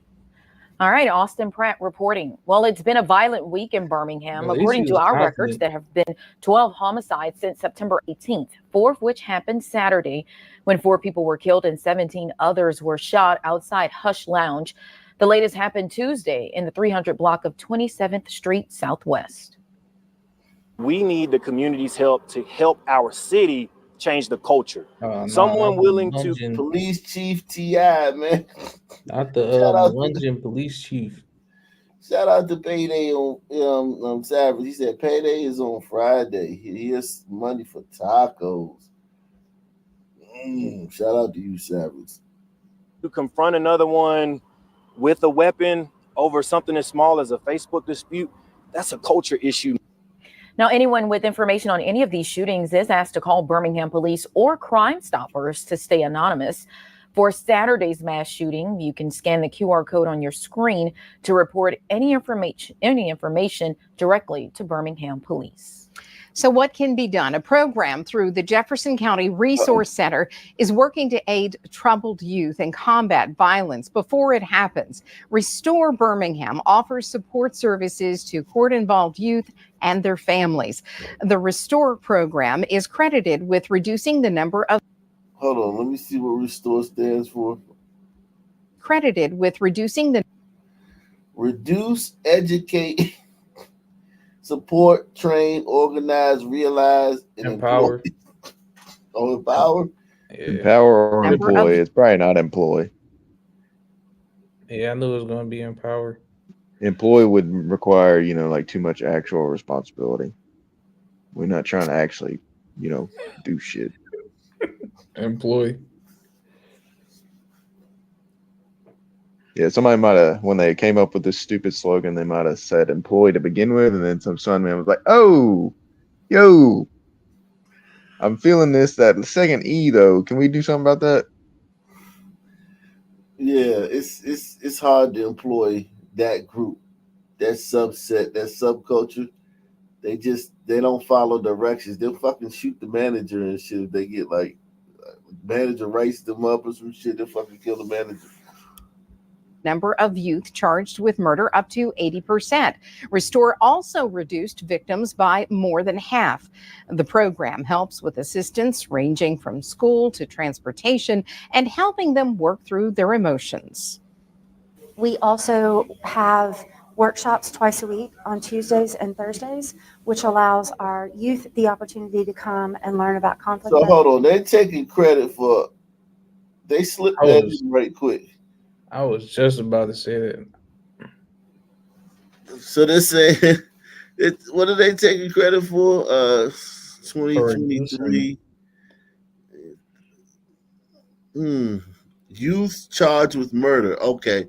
So there was an 80% reduction in youth charged with murder in the city. Up to age 22. There's so many factors involved with that. There's no way they can claim that they are the sole reason that all of that changed. Even if those numbers are correct, which they probably aren't. How you a 22-year-old youth? Number of victims. No, they said number of victims. That's the victims right here. No, it's 80% reduction in youth up to age 22 charged with murder. So they're including people up to age 22 as a youth that could be charged with murder. And then there's a 61% reduction in victims. So people that were, I guess, killed from 13 to 22.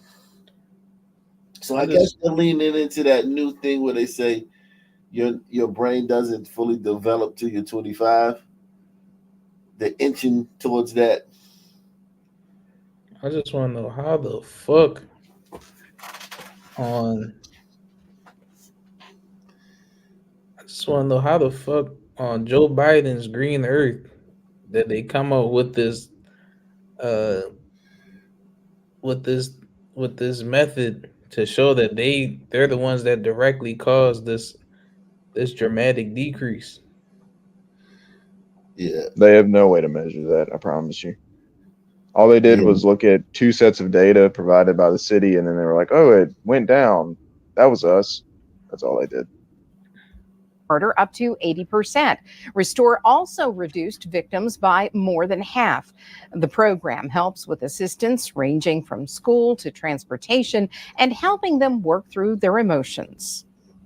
We also have workshops twice a week on Tuesdays and Thursdays, which allows our youth the opportunity to come and learn about conflict resolution, asset mapping, strengthening families, how to go about articulating feelings. And Tuesday, Restore received $250,000 from the city of Birmingham to continue supporting the program's efforts. Well, after a taxing week, many may be feeling an array of emotions: sadness, anger, frustration. There are resources like the Crisis Center in Birmingham, which contains the 988 call center. 988 Director of Operations at the Crisis Center, Daisy Delmore, says it is normal for the community to experience emotional distress during significant events like what happened Saturday night and the violence that has followed. Delmore says people do not have to feel alone during this time or any other time. Because we are a crisis line, if any.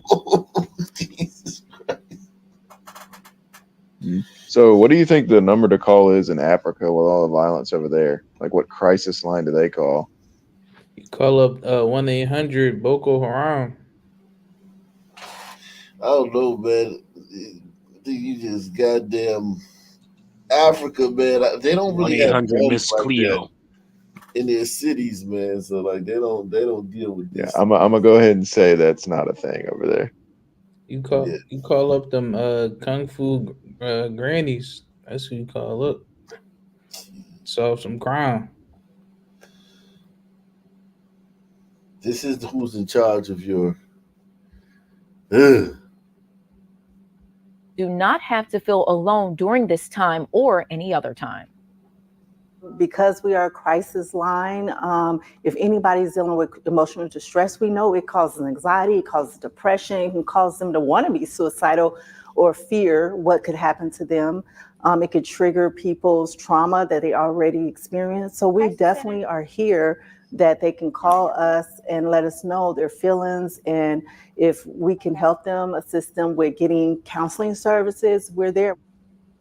Now, there is also a page through the U.S. Department of Justice specifically for the victims and the families of Saturday's shooting. You can find that information on our website, abc3340.com. I mean, at least they School proved that resource it's reducing crime beyond a shadow of a doubt, right?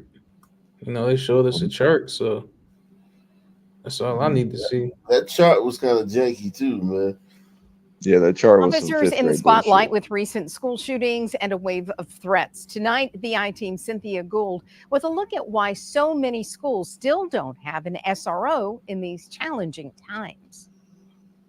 It's my pre-K and they're the huggers. You know them all by name?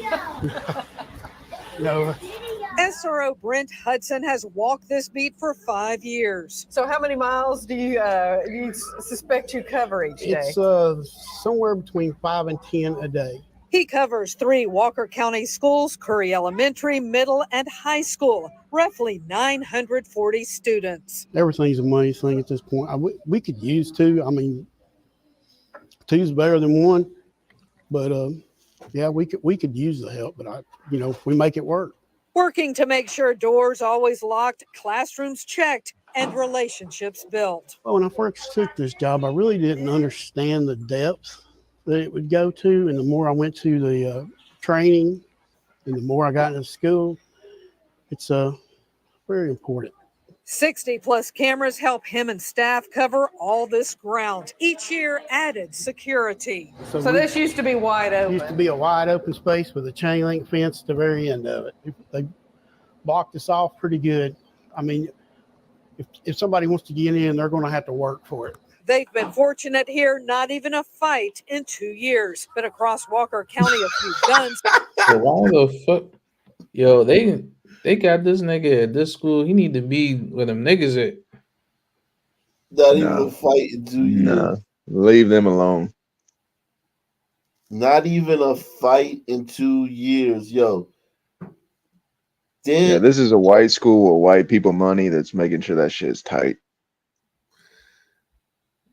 Yeah, but this is just a regular white school. This isn't like, the fucking Ivy League of white schools. This is just a regular white school. 3 schools. He's this resource officer for 3 schools. I think they're all 3 on the same campus. And you haven't had a fight in 2 years. We different, dog. Yo, if it wasn't a fight in 2 days at some of the schools I went to, people would start a fight because it would just be boring. It would be boring with no fights. No fights in 2 years? I did see a couple sons, I think. Some Where? sort of melanated motherfuckers. Oh, in the B-roll? Yeah. I didn't see none. Man. Oh, I did. I don't see none. If it ain't been no fights in 2 years, you ain't seeing no sons there, man. Blocked us off pretty good. I mean, if somebody wants to get in, they're going to have to work for it. They've been fortunate here, not even a fight in 2 years. Oh, But okay, I across see the Walker little black County, girl. Yeah, Yeah. there's a little black girl right there. Yeah. She probably bullying them little girls. She probably is a good little girl. She can blend it. There's no, if as long as it's just her, you know what I'm saying? Like if she don't have if she can be influenced by this culture, like now if you get multiples of them, then they can like form a clique and influence each other. But maybe she could just be influenced by these kids, to behave the way they behave and their social norms. You did? So it's the culture.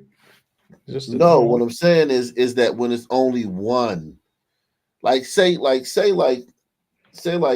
has that little girl has all the DNA traits of a sun woman, right? A little sun woman, right? But she's in this school, obviously, right? She's in this school.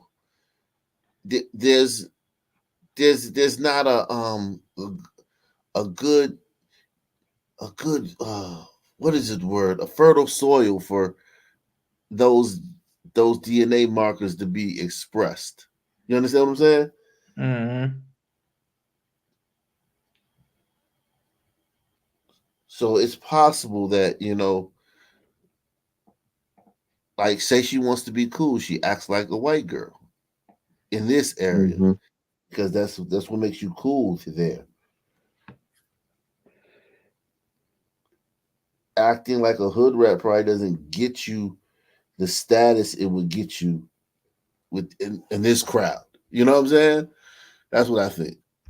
years, but across Walker County, a few guns confiscated in parking lots. And recent social media threats at Oakman have raised the alarm. You got to take everything seriously, and you've got to make sure you vet it thoroughly. Last year, Walker County installed weapons detectors. You'll find them even at the elementary school level. It's an investment, but it's a good investment. You can't be too careful, no matter what age the students are.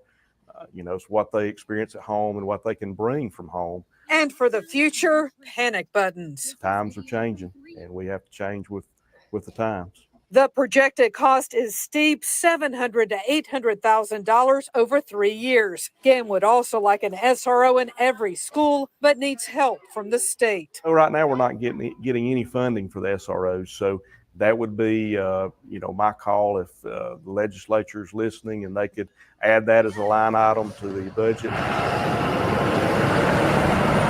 We checked with other districts. The Jefferson County Sheriff's Office has 57 SROs in 66 schools. That spans county schools, 3 private, plus Fairfield and Midfield City. All high schools have deputies, and 16 others share 8 SROs. Shelby County says it has a dedicated SRO in nearly every school except in the smaller areas, where SROs divide their time, partnering with police and the sheriff's office. With law enforcement already seeing manpower shortages, it is a balancing act. We have to cover our streets. We have to cover, the communities first. And if we don't have enough to do that, then we have to do what we can within the schools. NASRO's Mac Hardy says an unfunded mandate requiring SROs in every school is not the answer. Other options, recruiting retired officers and pay incentives as communities weigh the ever-growing cost of your child's safety. Cynthia Gould, ABC 3340 News.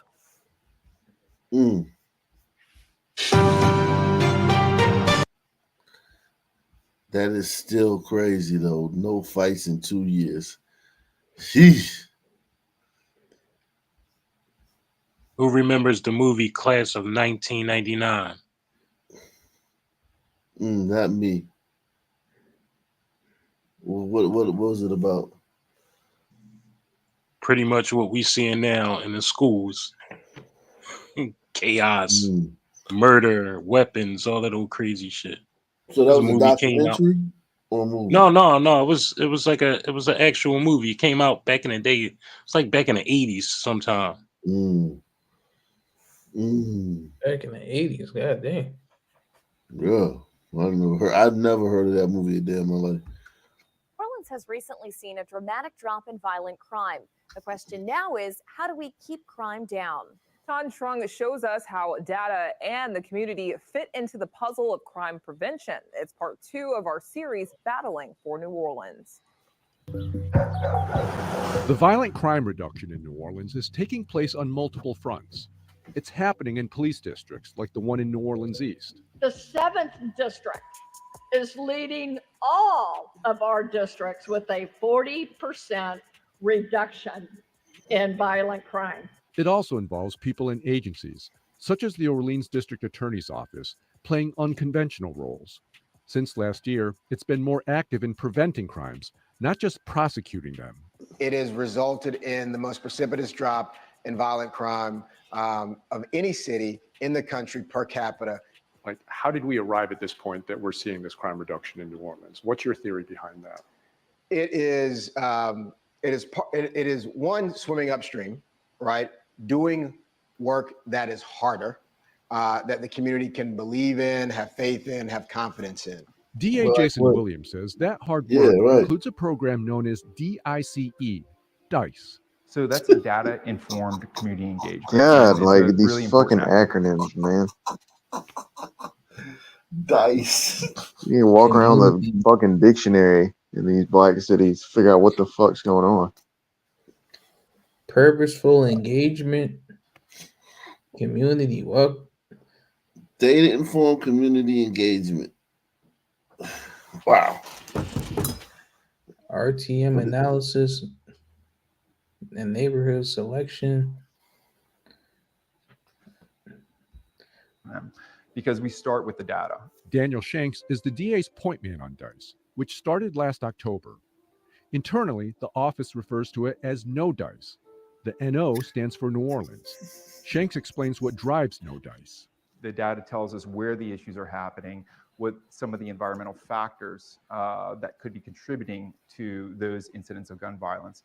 But the other part is community engagement. We have to engage the community. We have to make them authors of the solutions. New guy in the day. The DICE program is rooted in a relatively new strategy and software called RTM, originally developed by a Rutgers University professor. What's RTM? So that's risk terrain modeling. And what risk terrain modeling does is it allows us to figure out where are the areas within the New Orleans landscape where someone is more likely than not to to be the victim of gun violence. The black areas, right? Yeah, all this research. We could tell you that in fucking 3 seconds. Where do all the black people live? Okay, put all your cops over there. End of movie. Yeah. All right, that's $2.5 million fee. I'd like to collect on that. Wow. What data do they have to really do? Just find out where the high crime areas are at and target them. Like, what the fuck is so different? People I think think like that- software and technology is just magical, and if you just say those things that you're using them, that somehow things are improving. Look, they got a hookah bar right here. That's a dangerous place right there. Shit. When it comes to crime prevention, RTM's philosophy is focus on places instead of people. What we do whenever we start researching is one, figure out the landscape of the area, the environmental factors that might be contributing to crime. But two, we do a deep dive into the actual incidents of gun violence, and we see whether there is a pattern that is occurring. Through the lens of RTM, there's a environmental pattern, all right. factors such as abandoned buildings or gas stations can be predictors of crime. So what are we looking at here? So this is our risk terrain modeling. And what the risk terrain modeling is showing is those areas where you're most likely to be affected by gun violence. And then it talks about those risk factors. So, at a gas station, it's a risk factor of 3.6, and that's more likely to be the victim of a gun violence. Think about it, a gas station.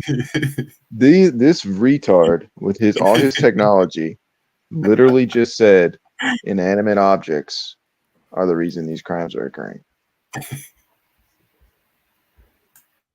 And this guy probably makes more money than all of us combined. Oh yeah. He got grocery, meat mart, video poker, video what? Just Bus stop, anywhere, everywhere. Like, convenience stores, gas zoo. stations. if black people go to the zoo, it's gonna be a shooting down there. But in particular, it really is those gas stations. How many videos have you shown us, Auk, of just like sons just murdering each other at these gas stations? Hundreds. Bro, grocery. We've after all our research, we've determined that people dying in houses. People are dying. The thing we figured out, there's houses involved in all these people dying. There's grocery stores, just people Every shopping building this and- people died by had a roof. What can we do with that? It's what happens when you got a backflip and fucking limbo under the goddamn race thing. Yeah, the race bar. Station, it's a risk factor of 3.6, and that's more likely to be the victim of a gun violence in these areas when you're closer to a gas station. So that might want to say, hey, Daniel, what are the gas stations in the area that you need to talk to? Ask them about what's going on. Ask the community about what's happening at those gas stations.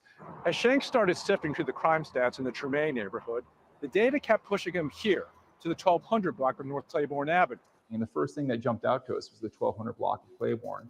Over 40% of the incidents of gun violence are happening there. And so that's what really drew our attention to the tire shop. Before June of this year, this tire shop near the corner of Claiborne and Esplanade was a 24/7 operation. It was also, according to Shanks, a magnet for shootings, drugs, and other criminal activity. He says neighbors and businesses in Tremay echoed that through meetings. Shanks says he saw drug deals at the tire shop when he and a state politician were there late last year. We kind of started looking at this location, not only from the data, but I talked to State Rep Alonzo Knox, and we walked this corridor specifically. This is where he and I saw the hand-to-hand transactions that occurred at the tire shop. We did that on December 26th when I did my first walkthrough of this area. The DA's office says undercover agents eventually bought fentanyl at the tire shop 4 different times. Shanks highlighted several events that took place in the following months, which he says underscores the relationship between the environment and crime. Working with different city departments like code enforcement, a homeless encampment across from the tire shop was cleared. A nearby blighted building was torn down. And a cease and desist order was issued for another location. The hookah joint was an unlicensed facility that was hosting teen parties where 2 girls were murdered last year, 2 20-year-old women. As the city pushed ahead with plans to revitalize the Claiborne corridor, the DA's office moved ahead in seizing the 24-hour tire shop. At a news conference on June 4th, the DA credited the No Dice program and its community-centric approach for taking down a trouble spot in the neighborhood. I can't tell you how many folks yelled out thank you or either honked horns and said it's about time. So I'm happy that the community sees that their voices are actually being heard. Daniel Shank says we shouldn't look at the seizure of the tire shop in a vacuum. He says it's part of a collective effort that pulled in police, city agencies, and most importantly, community members to change that stretch of Claiborne.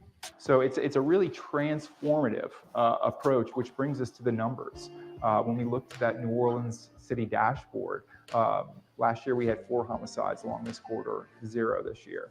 We're seeing huge reductions in non-fatal shootings, I believe 80% in this specific neighborhood. Through its No Dice program, the DA's office continues to target other places that may be contributing to crime.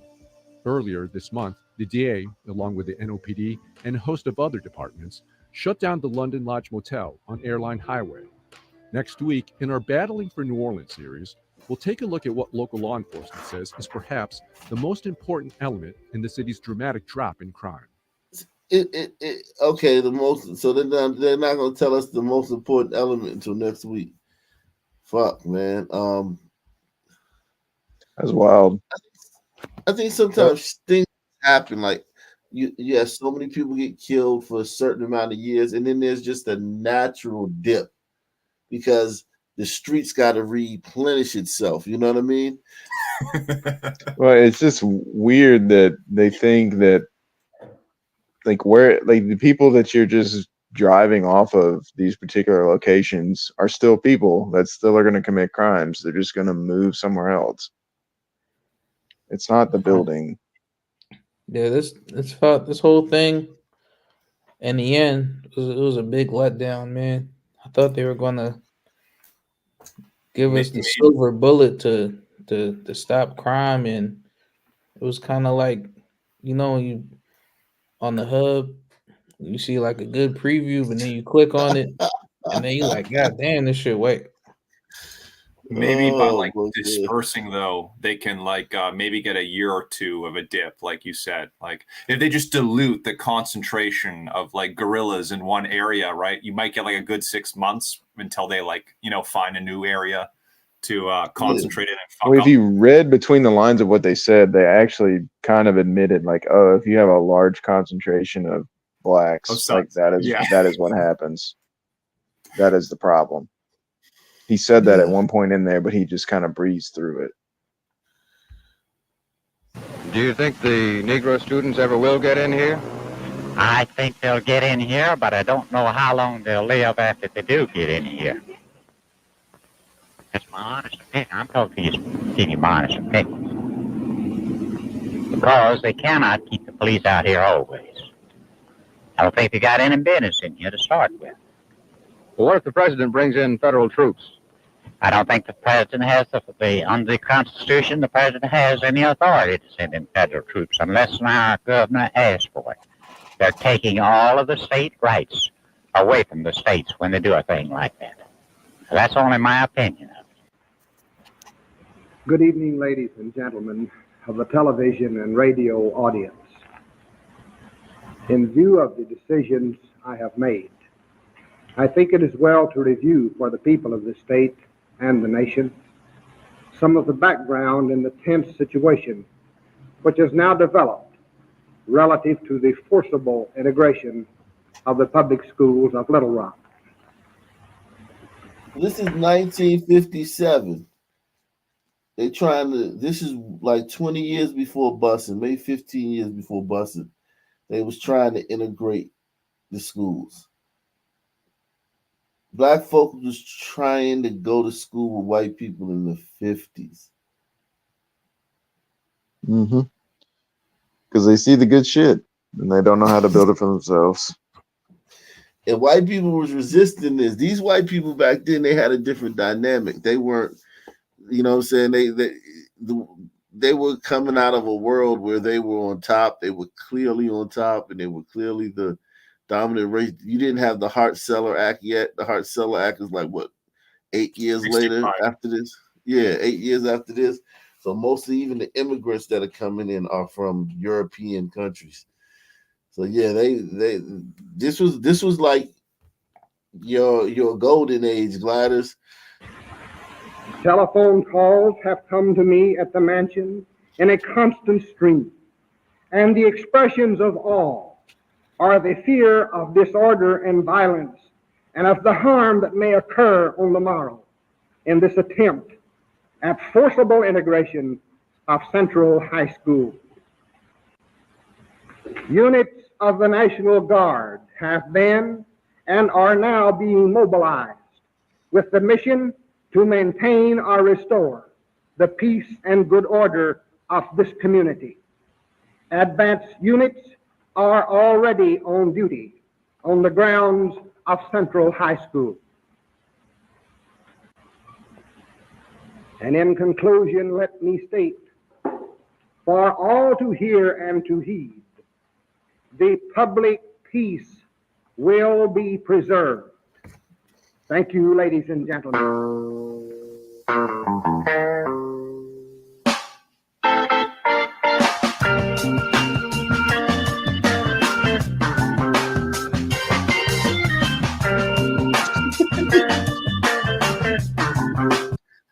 Y'all kicking black people, man.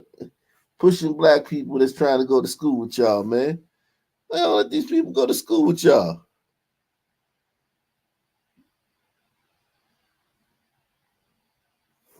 Y'all ain't shit, man. And here I am. I've been taking up for Gliders all this time, man. Yeah, man. I didn't know y'all were like this. I didn't know y'all were doing this type of shit. Damn. So you're gonna move?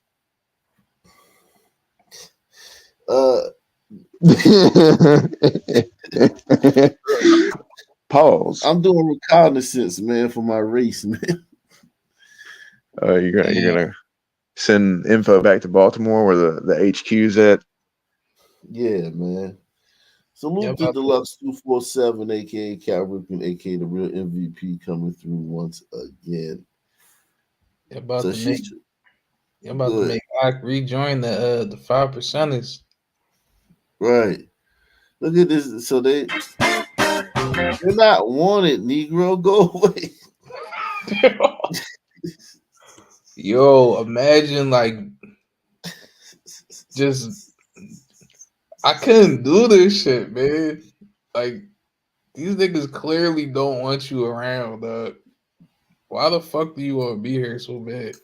They're pretty tempered though, like compared to like the blacks we have today doing the knockout game on like 80-year-old grandmas on the street. Like for all we've heard about these evil white people, like look, they're pretty restrained right here, and this is in the 1950s. Yeah, I mean, look at her. She's the sister. She's coming through.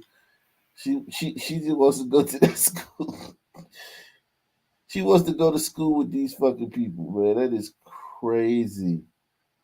She's willing to go through all of this just to fucking not have to go to school with blacks, man. Yeah, it says a lot, doesn't it? Let me see if I can get to it. Therefore, you'd call me feel like you oppose it. Things, sir, ought to be done in the event of the court's order integration. In what way might you and those who feel like you oppose it? Well, sir, I'm going to have to say that, first of all, I believe that the control of the school should be left up to the states.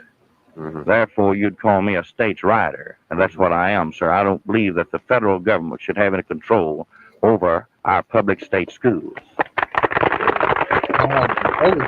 United States District Judge Ronald Davies, in a court session at night that lasted only 4 minutes, has reaffirmed his ruling that integration must commence at Central High School in Little Rock, Arkansas, despite the apparent opposition of Governor Orville Forbes of Arkansas. This is what the judge said during the session. His words spell sedition. His defiance, rebellion. His words and action echo another period in our history when irresponsible men plunged this nation into a tragic civil war. The President of the United States can no longer ignore the gravity of the situation. Time for realistic action is long since delayed. The issue of integration has become secondary. The security and prestige of the United States of America paramount. The events of the past 2 weeks at Central High School here have placed Little Rock on the world map as the center of the fight for racial segregation.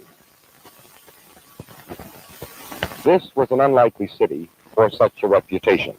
Geographically, Little Rock is a southern community, but it gives the impression of being something else, of being far closer to a border state city. Little Rock had proceeded quietly and successfully with integration of its public transportation facilities. There was no fuss and no problem, although Negroes still tend to ride in the back of the buses. But otherwise, the southern pattern of racial division applies to the city.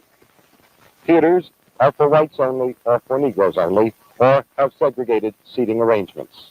Restrooms are segregated. Public sports events have special seating facilities. Carlotta Wells, she's one of the students. Are you planning to go to school on Monday? Yes, I am. You are. The guards are. If the guards are not there, Oh, if they're there, they'll be on outside. is that right? You're confident of that? Well, yes. You hope so. Didn't we do them the last week? They all grown up and shit. They like in their 80s or something.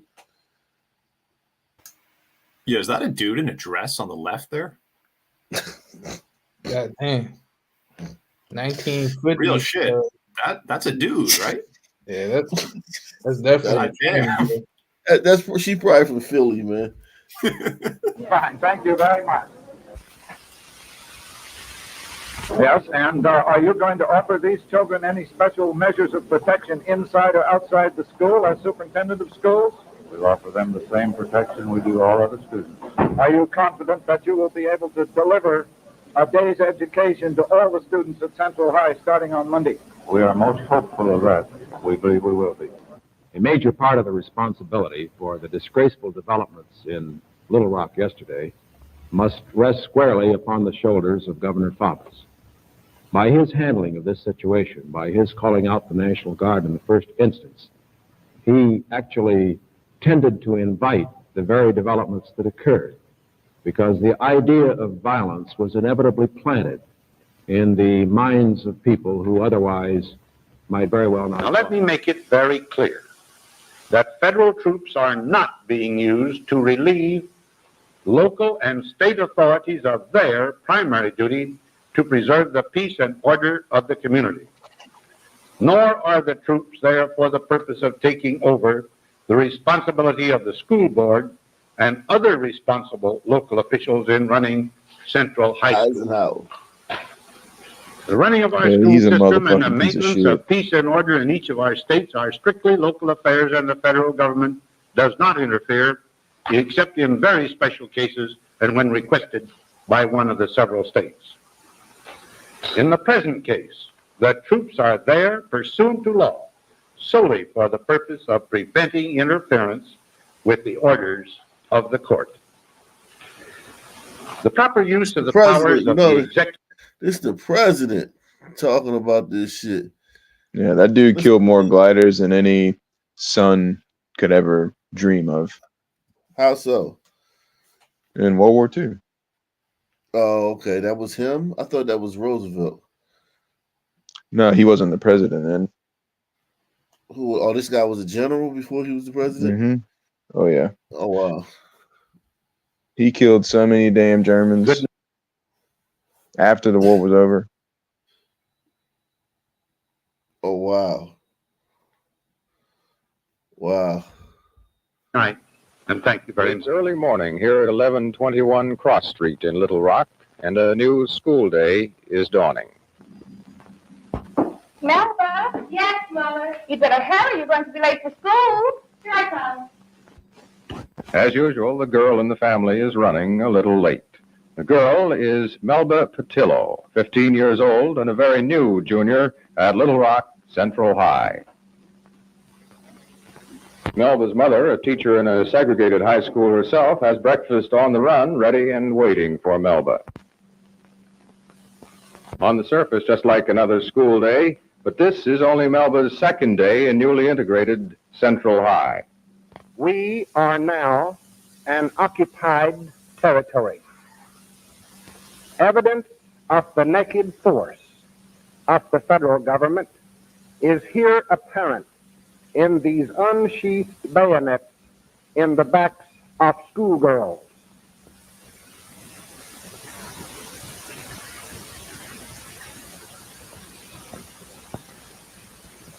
In the backs of students.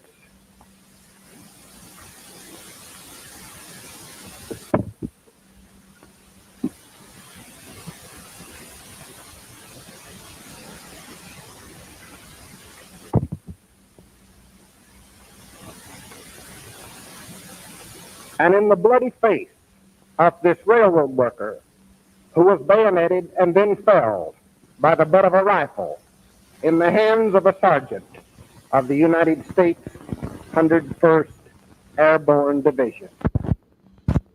There can be no question of the supremacy of the United States Army when used against a defenseless state. Therefore, we must continue our peaceful pursuits of life, being good citizens, as the overwhelming majority of our people have always been. I've been working and fighting for the right of my people to solve their problems peacefully. Wow, my people? A white guy referring to other whites as my people? Okay. You could never do that nowadays. Ever. I mean, you can. You're just gonna be a pariah. You're just gonna have to deal with. I mean, the thing about it though is like the more and more people say it, the more and more it becomes normalized. Yeah, true, but white folks scared to even start the normalization. This guy right here, he's operating in a different dynamic. This, as we know, requires time and patience. I shall continue unrelentlessly on this course.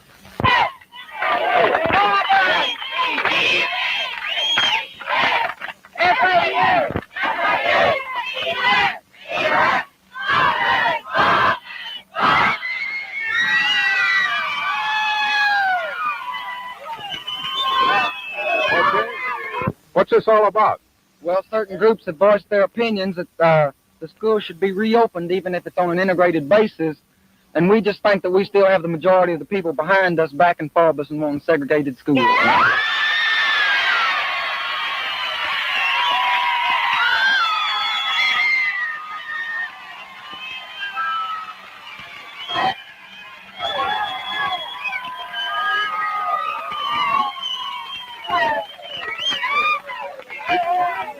You'd rather keep the school closed and open it integrated, right? We're willing to leave them closed a little bit longer if Faubus can help us, and we think he can. You're pinning everything on him? Yes. You getting most of the kids in all the high schools feel this way? Yes, it does. Do you think you can? Suppose this were a long fight. Suppose it meant no school for a year. You still feel the same way?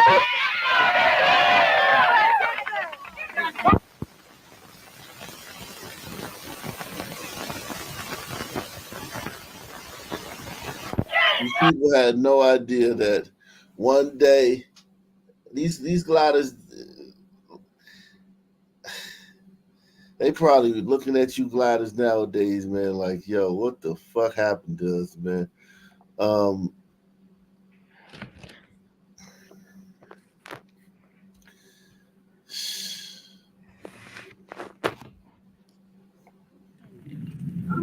We want our school back. This is all we want. We want peace, we want quietness, but we want our schools. Why can't the federal government leave us alone and give us our schools for the sake of our children, for us, for peace of mind? We want no trouble. We don't condemn these black people. They are human beings too. We understand that, but we want our school. And we're going to get it if we have to go to Washington to get it. And this isn't over yet, and it won't be over until our children are taken out of this school and placed in their neighborhood schools. What's so bad about that? We aren't standing here to create a problem. We are doing what they have done many, many times.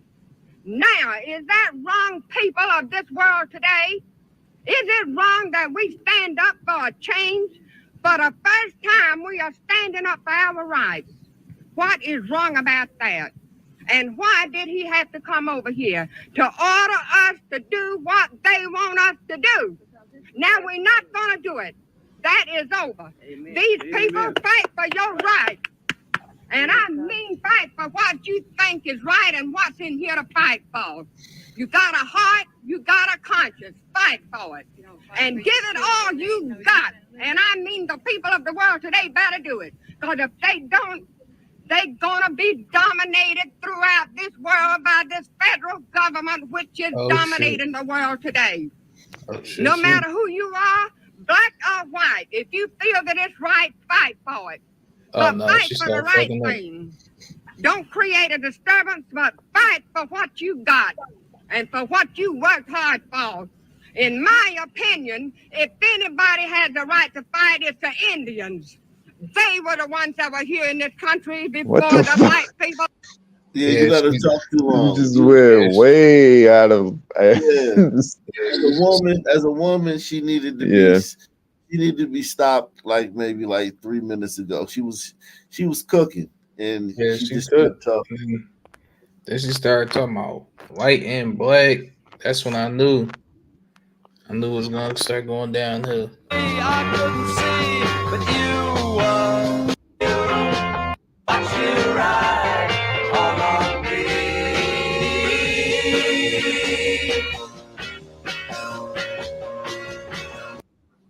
These little black kids going to school with their white kids.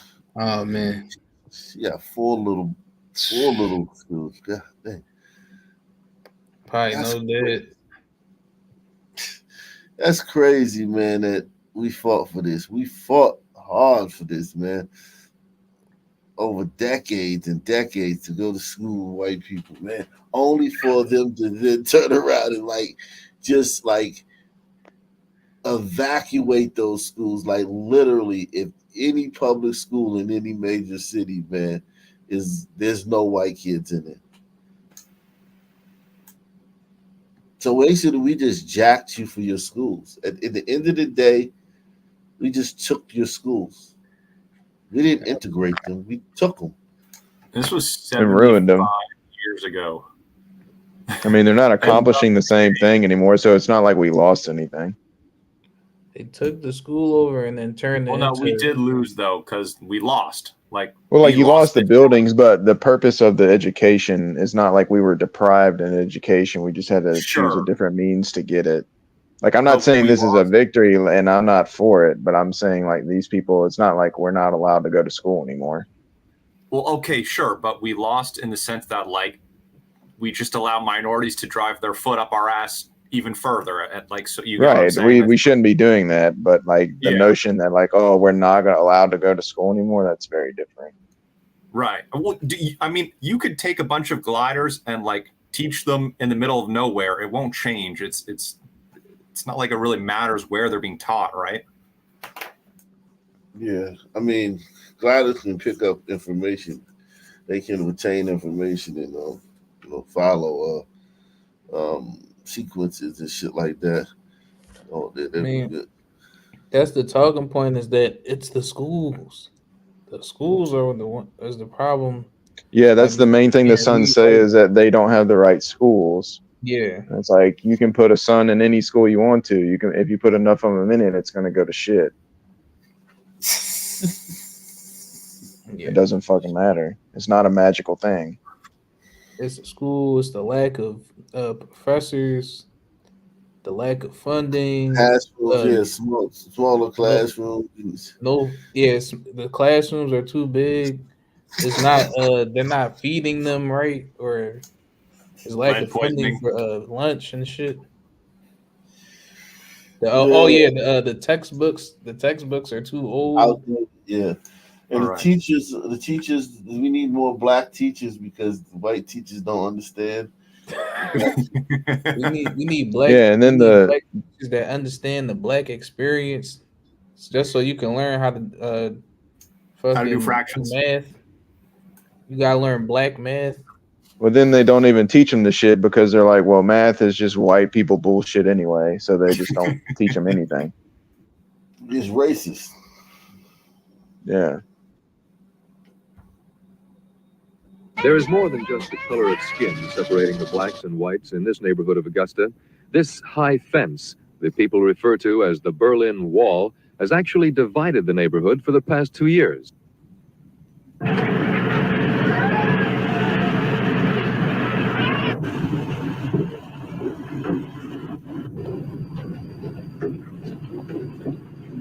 And we are standing up for what we think is right now. Barbara, you're playing into, I mean it. you're playing into their hands. Let me speak to them, okay? In the name of God, how much more are we supposed to take? Take from what? From you people. I mean, you people. You sound like I'm a dog or something, Well, lady. No, but Wow, sons got mad at you people back then. Man, crazy. Yo, these niggas been saying, "What you mean, you people?" for 5+ decades. God damn. I thought that started with Ross Perot, man. I didn't know they didn't tolerate that shit in the 60s and shit. taking that right, so we ain't taking no rights from them. We've been trying to get some of our rights back. You people had all your life. 9 Supreme Justices don't run this federal government. We elected officers to go into Congress and up in the presidential chair, and they don't have enough gumption to turn around and tell that Supreme Court to rule on the laws of the land rather than to mess with our... Yo, can we have some people take the $5 challenge so people support the challenge, support the channel, and take the $5 pledge to help sponsor this show?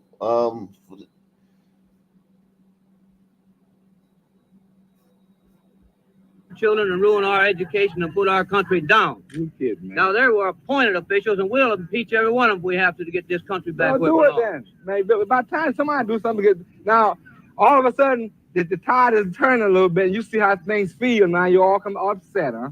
You're all upset. Say somebody taking your rights away. The Save Our Schools Committee plan to take their children out of school here tomorrow to protest the busing and defy the courts. If school integration is to be orderly this fall here in Augusta, it may depend on just how much support this committee can muster tomorrow for their school boycott. Don North, ABC News, Augusta, Georgia.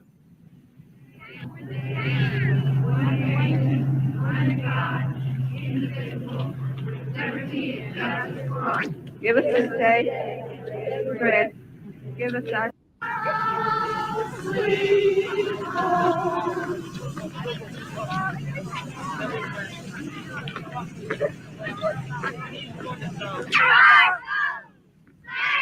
One thing I am noticing, where are all the white people that's like lynching black people? These white people do seem, even though they're upset and they don't want the black people there, they seem rather civilized about it, you know? And these don't seem like elite whites or nothing like these. Seem like working class, regular old white folk. And they seem pretty cool. They just don't want you around. They don't want you in their schools, but they're not like die or anything like that or go, let's kill all of them. They're just like, no, let us have our school and you go to your school. Yep. And they'll call you a nigger, but they won't like burn a cross. They don't mean it like that. Lawn or some shit. They don't mean it. They mean it. When they call you nigga, they don't mean it like that. They just calling you that because that's what you call black people. Yeah.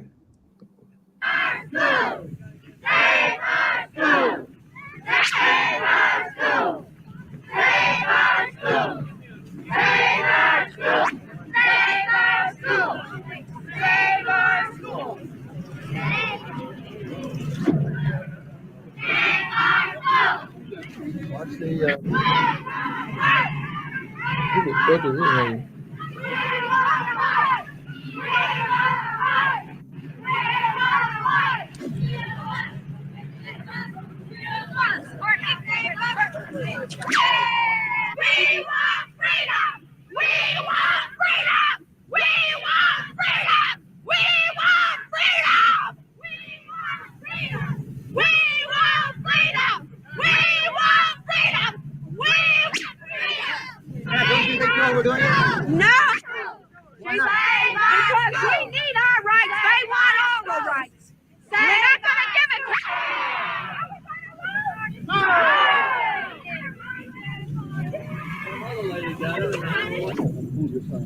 Yeah,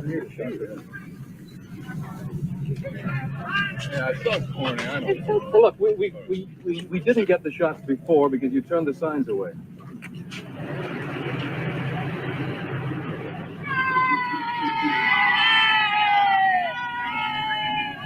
How you figure that now? How you gonna say that? We feel under constitutional rights, and we know under constitutional rights that we have the privilege of educating our child in a school without being bussed out of its area. Well, let me ask you this question here now.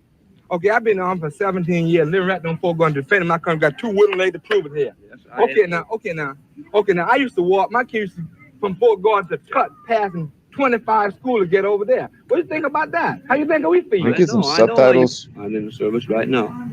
Well, you sure that you don't act like a serviceman? I'm not starting no racial balance, but I know that we're fighting for to free the people in Vietnam and give them freedom of choice. But yet we come back to our country.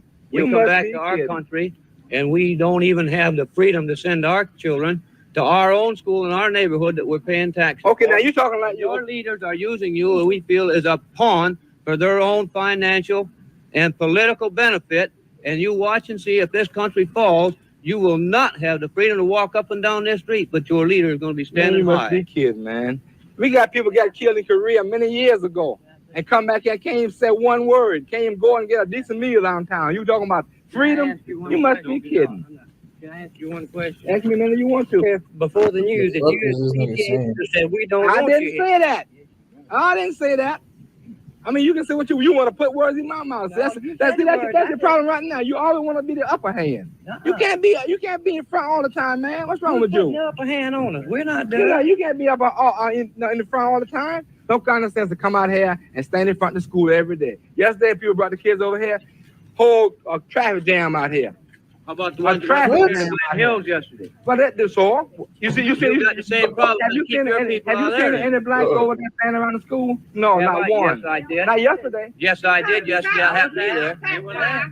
And I seen them over there demonstrating on the road, demand 100% racial Lady, balance. what's your first name? You got a long way to go yet, lady. Just where you say your name. Yo, you think this nigga bringing like intelligent kids to your school, man? Come on, man. No. And they were right. Like, America's only gotten worse and worse and worse. Like, we haven't reached the tyrannical, you can't go down the street without showing your papers shit yet, but we're getting closer and closer to it. Yeah, he didn't realize he was a bad representation. He doesn't have enough self-awareness to realize that. You know what I'm saying? Like, but then again, they call that code switching, right? He didn't code switch.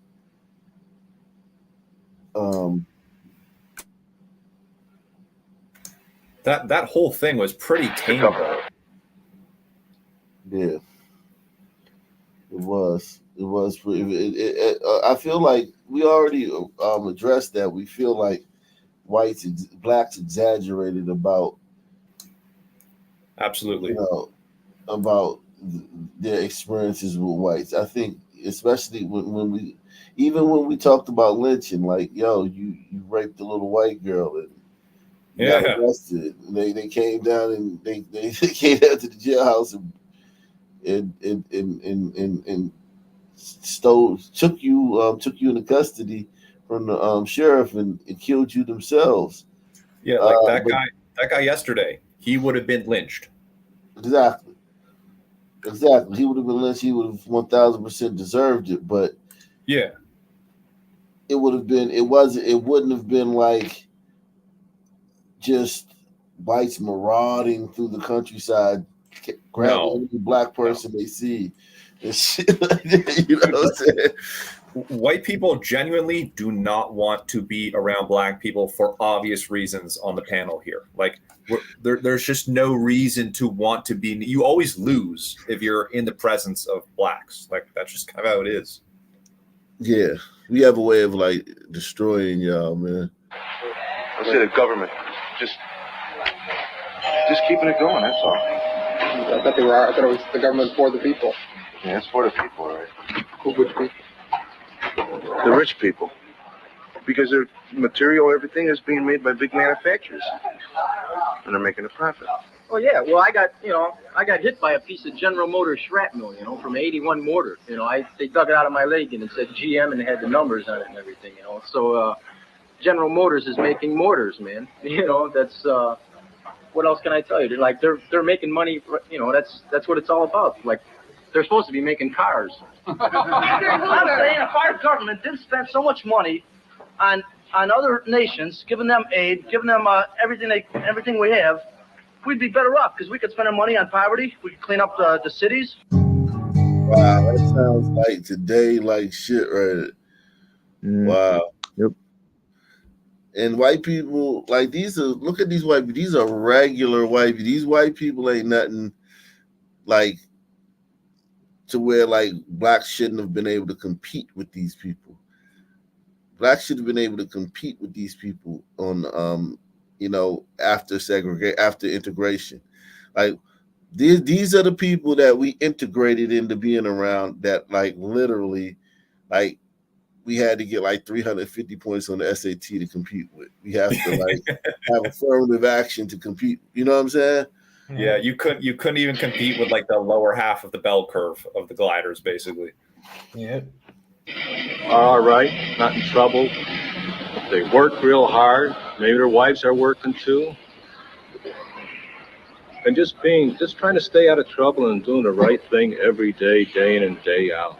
Well, if there's anything to me that's a silent majority, it's a community like this. This is what the United States is. The people who have their security tied up in their property, take pride in their property, take pride in their home, and this is what they work for. This is their life.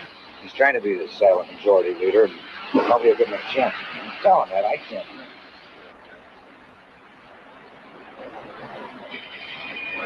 See, nobody's saying nothing. We're all silent majorities here. Nobody wants to get involved. I think the thing that gets me the maddest is when I hear an announcer say on TV, he says, only 68 of our men were killed this week. What do they mean, 68? That's 68 families that are torn to pieces because their boys got hit. Or we just had 1,000 or 1,100 of our boys that were injured. What do they mean by injured? An arm or a leg or an eye? Doesn't that count? Actually, the war hasn't affected my job, but I have children that are 19 years old, boys, 19, 18, and I'm deadly against it. I've just read Look magazine, and I read an article in there about a letter to the president. And if a lot of people would look at these pictures of these poor guys that only got half a body or something, or still there, it'd be really something. Maybe they ought to go over there and personally and take a look at some of this stuff. I've had a guy, say to me, if I had a gun or if I had a hand, I'd blow my brains out. But he says, I can't even pull the trigger. You were there. You got wounded 3 times, twice or whatever it was. Last time I got hit in the head. We had 57 killed and 140 wounded. And like my whole platoon was completely wiped out except for about 3 or 4 guys, you know.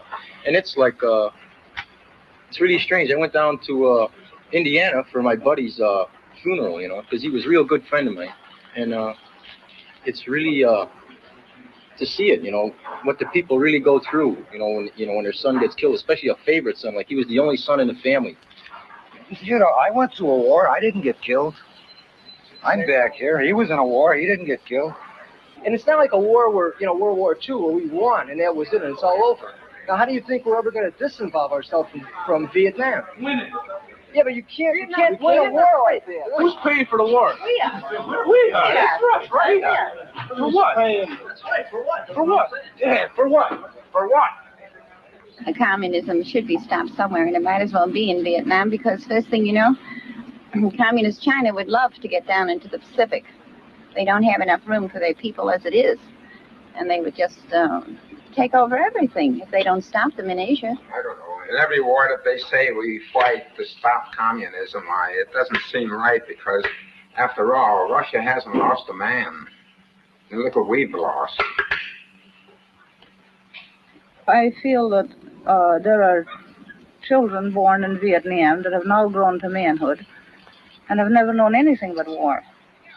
And I feel those people over there must be sick and tired of war, and I think they're entitled to a time for peace. I have heard it said that some of the boys come back and they say, those people don't even want us there. So that makes you wonder, doesn't it? A lot of them were glad we were there. A lot of them hated me. Most of them thought that if you were an American, you owed them something. And I think we do owe them something. We owe them the right to live. So if they had their way, I think that a lot of those people are peasant people. They're ignorant. They're going to go the way that the country offers them the most. Yeah. So perhaps they would go communistic. That would be their choice, though, wouldn't it? As Jake said, yes, it would be their choice, yes. But we're trying to save them from this. If we got out tomorrow, do you think that the government's contention that there would be a bloodbath would hold true? There would not be any bloodbath. The only people that would suffer a bloodbath would be Chu and Key and all these people like that. But they'll never suffer, you see, because when they lose, they're going to take off to Switzerland and live off all the money they've been hoarding away the last 10 years. If we get out, we're going to eliminate a bloodbath that's going on right now. That's my contention. Well, I'll tell you, whether I become President Nixon or not, I'd like to end it. I don't know how I do it, but I'd like to. And I wouldn't be dropping atom bombs on the people, because them people aren't to blame for being at that war. That is, Yo, I don't see any white people that strike me as just like they make it seem like white people are running around like on some like gangster shit with black people. It's just a bunch of regular ass white folk back then, man. Running a mill. Nothing major.